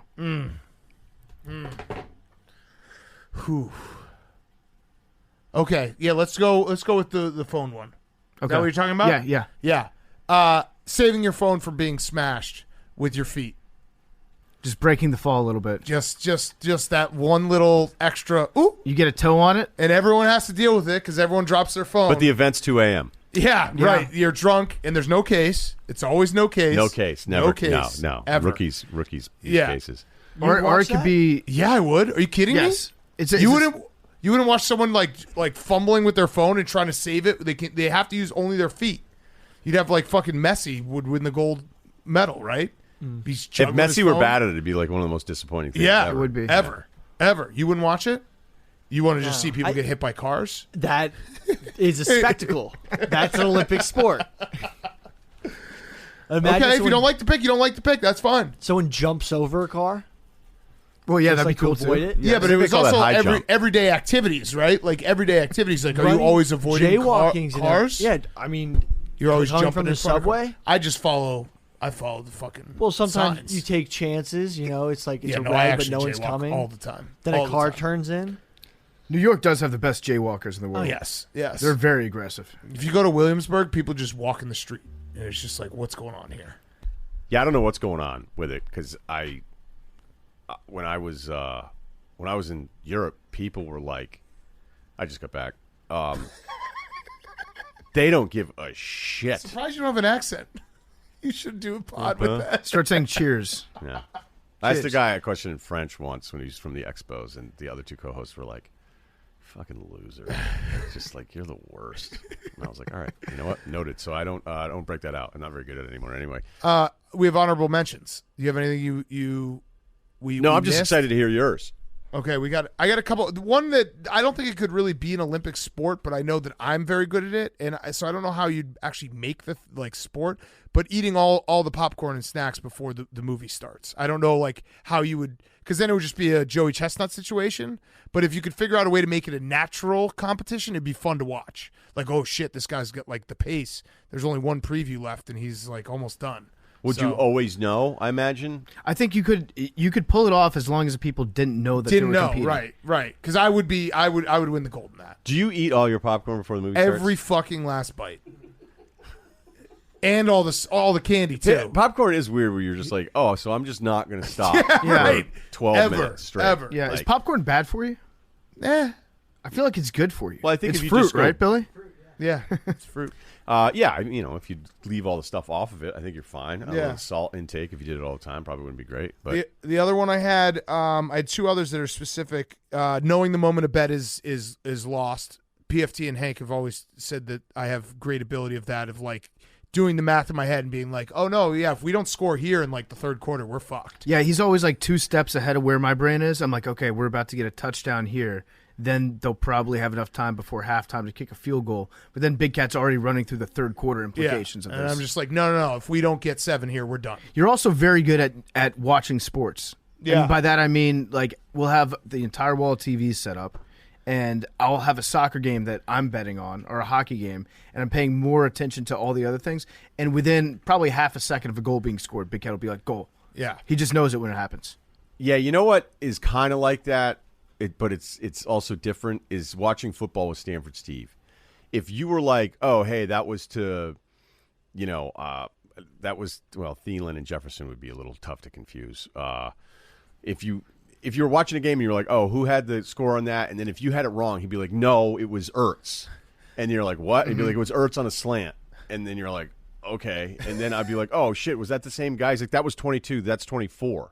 And you're just like, Jesus. The guys that played football or coached, the way Billy knows, The way they identify the things that happen in sequence, it's a completely different level. Yeah, of stuff. Edelman, Amendola. Yeah. That Yeah. kind of mix up. That's a good one. Yeah. Because they're This- both stout. This yeah, one, no, they play scrappy. right. This one people will probably make fun of me for, but I am incredible at keeping a cone clean, ice cream cone.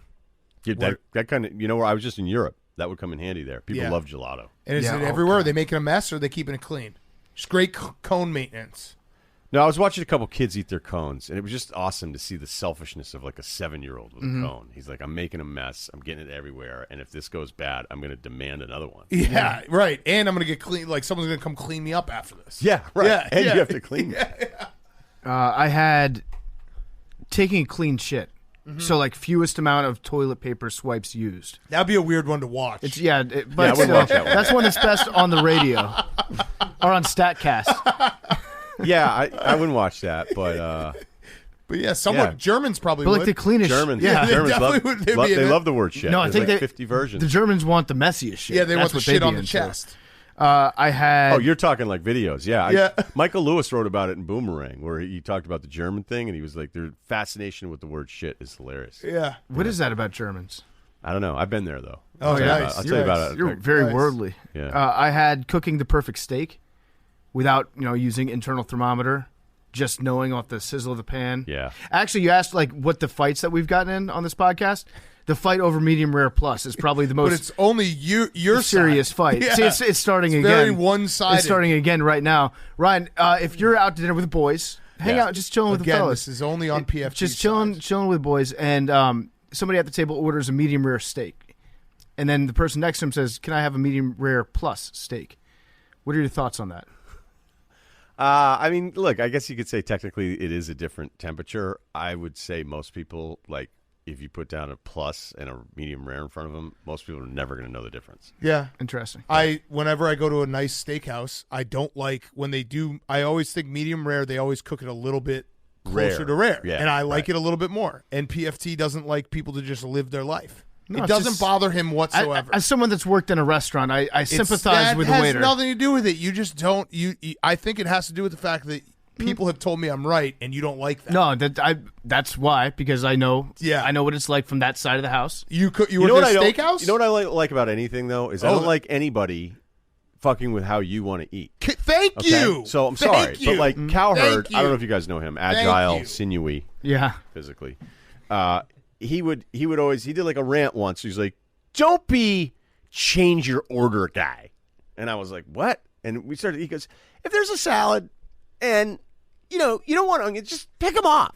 I'm like, or I could just ask you to not have fucking onions, Right. Because onion taste is still going to be on there Thank if you. I have to pick it off the whole time. Cowherd also once made a point about you shouldn't ever check a bag, which some people believe in. But I'd be like, well, what if you're gone like a certain number of days? Yeah. Like, you got to check a bag. He'd be like, just buy new clothes and then mail them home. I'm like, wait. You think the solution of the efficiency of not checking a bag is solved by buying new clothes on the road and then mailing them? Or you have 7 people that work on the show that are always mailing your stuff That's back. that's the ultimate checking a bag is buying new clothes and then making a special trip to UPS to send your clothes home Yes. separately. Yeah. But I tip well. I never like am mean to waiters. I ask for steak a certain way. I don't think it's a big deal. The Cowherd thing also strikes me as he probably went on vacation with his wife, and he just got mad because he had to wait at baggage claim with her. He's like, we could have been home by now. Yeah, he had this massive baggage claim thing, and then he had this don't change the ingredients when you order at a restaurant. And I like stopped him in the hallway to be like, Dude. I've never disagreed more about right. like why if I have the option to take something like why would I want stuff on it that I don't want on Right. it that I now have Right. to like add this I don't want level. sardines on my Caesar salad. I ate at a restaurant on Europe, they Friday, do it a lot, and though. right on the menu it said, "We kindly decline all substitutions or modifications." Like right on there, it was the nicest rejection I've ever had. Hey, look, when sometimes you do those packages of food, I'm like, I kind of don't want that dessert. Yeah. Though. So do I say something? Yeah. All right. Any other honorable mentions? Anyone else? Spitting. Ooh. Nice Ooh, one. spitting. I like yeah, that. that's good. I had one parent one, and it would be fun to watch, be dangerous, but I do think the ability to just know the second that one of your small children is about to do something very dangerous on the stairs it would be a fun Olympic sport to watch because it's an innate parent. They fall down thing. a lot, huh? Yeah, and it's also just like when there's like parents will know what I'm talking about. When there's like maybe more than like 20 seconds of silence, you're like, wait, something bad is about to happen because they always are silent before the danger. It's never like if they're giggling and laughing, it's like they're just fucking around. But when the silence happens, it's like I got to jump into action here. So that would be a fun Olympic sport to watch. What do you got, memes? Mowing the lawn. Ooh, yep. That would be great. That would be great. That would be a great one. They probably have that. Yeah, they probably do. Something. In like Iowa. Yeah. Why Yeah. Iowa? I don't know. They just John Deere tournament. Sounds a little anti-Iowa. Yeah. No, I think if you had someone from Iowa here, they'd be like, yeah, mowing the lawn kicks ass. Yeah. Let's look One it of our up. favorite things It's to do. all I have to look forward to Yeah. in my bleak Iowan life. Assembling furniture and moving.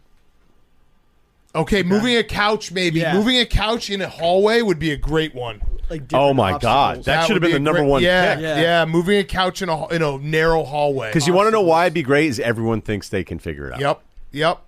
Then you never can. I like assembling furniture too, like from IKEA. Yeah. I had to help someone move this weekend. No, I It was had brutal. a leather couch that I moved from Connecticut to L.A. and it sat in the garage for a year.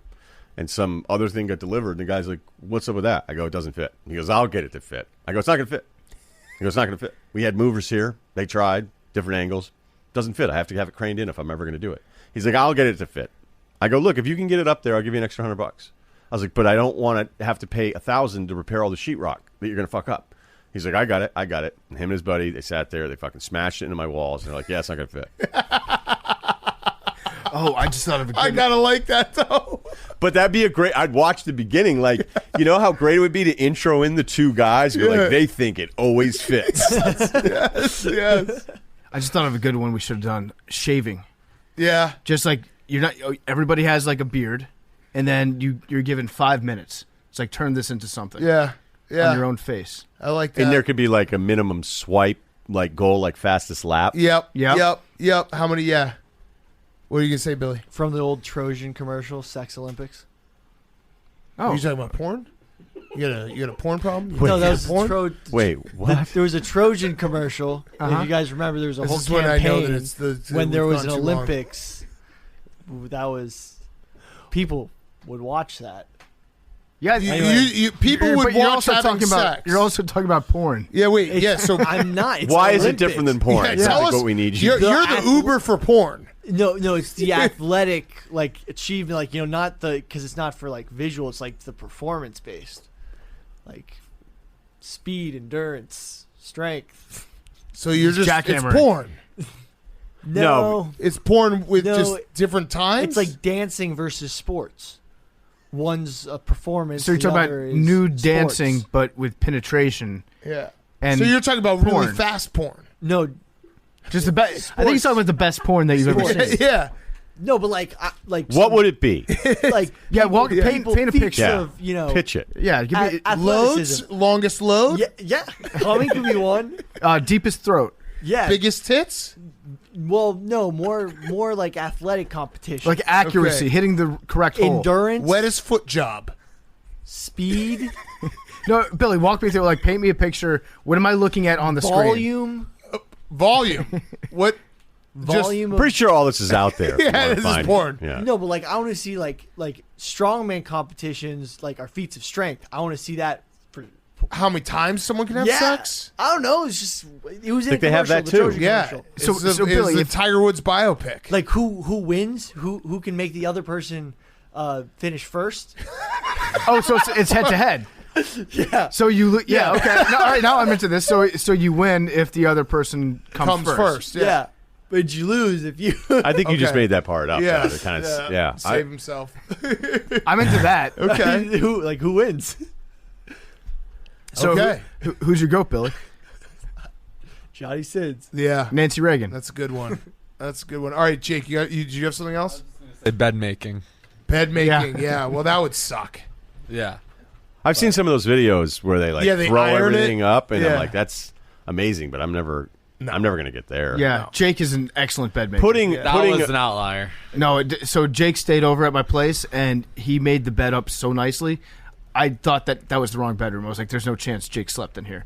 It was better than any hotel bedroom I've ever seen. Dude, when you stay at somebody's place and you make the bed, that's when you're growing up. Yeah, or that's when means you're raised. You're raised a certain way. Yeah, Jake was making the bed when he was 7. But that's something. Yeah. No. I think I was like 38 the first time I did it. And when I did it, I was like, you know what? Things are really. Russillo's figuring it out. Is it your boy Field Yates? He makes the bed in a hotel room every day. That I don't know. Yeah. I never slept with him. You lost. I mean, I think the maids would great leg like that less. He is. I bet Field Yates. He's got some game to him. Yeah, Field Yates would definitely be in my Olympics for sex watching. Dan would you watch Field Yates fuck Billy? I was just referencing the commercial. Yeah, but you would, it's right? a funny series. Just say you would. Say Look you'd watch him YouTube. fuck. You'd watch him fuck. Field Yates. I can't wait until he's gonna hear this. He's like, wait, what the fuck? All right, numbers. Let's finish the show. 1 to 10. How good of a hookup do you think Field Yates is? Let me just Billy, 10 out of serious 10. question. Out of everybody in this room right now, if you were to like walk past a window and see them having sex, which one would you stop and watch? You can only pick one. Oh, I think he knows he'd pick me. He just doesn't want to say it. Yeah, 'cause of no, strength. definitely. Yeah. He'd want to see the back muscles working and everything. perfect. Was that who you were going to pick? But you didn't want to No, I say was it? gonna pick memes. Oh, nice. Okay. Memes. Yeah, a little curveball. Nice Yeah. names. All right, numbers. Jokes. Ryan, go ahead. You get first 69. pick. Oh, from scale of 1 to what again? 1 to 100. Let's go 77. 58 is out. 91. 66. 11. Jake was 26. Hank has never won this, by the way. Never won this, Hank. What happens when you win? Nothing. Just get. We all are you like, win. wait, did you really pick that number? It's like names. We don't remember. What do we got? Is it just 2? Is it a raw 2? Wow, memes. Moses Malone. Sorry, memes. Memes always picks 3. That's tough. Packed. Brutal. Love you guys. You guys got to come up with something. If you don't have anything, you've been doing this the whole time, and you don't. Literally, I've won the most. it's. Very No, you good. haven't. Yeah, I have. Is that true, Jake? Yeah. I've won 3 times. Ooh. Oh, I'm pretty wow. sure I've won. Oh, Pretty sure? I've totally won. sure. I think we're tied then. Because I won 3. 69's hit 3 times. Yes, that's but I that's think a you were number away about for one of sex. them. Billy picks it every time. No, Billy's I hilarious. think When no, guys I- throw around the 16, you're just like. Because I hit 18 3 times, and then you like guys that told me to 11-year-old win it with a who different smokes team. cigarettes. He just his favorite number is I said 69. four. Yeah, I Hit was 4 there times. for all of Is it still 69's cool to hits. tell It's really 69 happening right jokes now. if you're like I was 11? there for all of 69's hits. This So I is feel all like happening. 69 Billy is. has the most. We can't make 69 jokes anymore. Billy has the most? No, I don't. If I he don't. says so. I don't can't think he's confirm here or for all. deny. Like the guy that I gets the was here. 69 I softball was- jersey. no, you're remember just the like, first- Bring up for one of The them. first one was That, the that first actually hit happens at ever. Big Cat a lot. No, the When somebody first- makes us a jersey, they'll make us a 69 jersey. And they're like, we don't tell 69 jokes anymore. The first one was the first hit ever. The second one was coming back from suspension the first time. Yeah. Third I noticed you time mentioned was come again. over Zoom. Or no, the third time. Oh, I was I there. have the all dates. time. I have the dates. Yeah. Okay. Well. oh my was- God, Jake's got the spreadsheet. Yeah. You do Well, not the want to first argue one with the Billy guy who hit. has We all Excel. know Yeah, we one. saw that. Then it actually hit back to back, July 8th and July 11th Of what year? 2021. I feel like that was I think he right might after be- the he was on- graduation. No, I was I think back. you were on suspension in No, July I was. 8th. I was back after July 4th. I was. I think so. I was gone for June. I so- remember one time he hit it and it was awkward because you guys got mad at him Yeah, you and were then you yelling didn't at me. celebrate.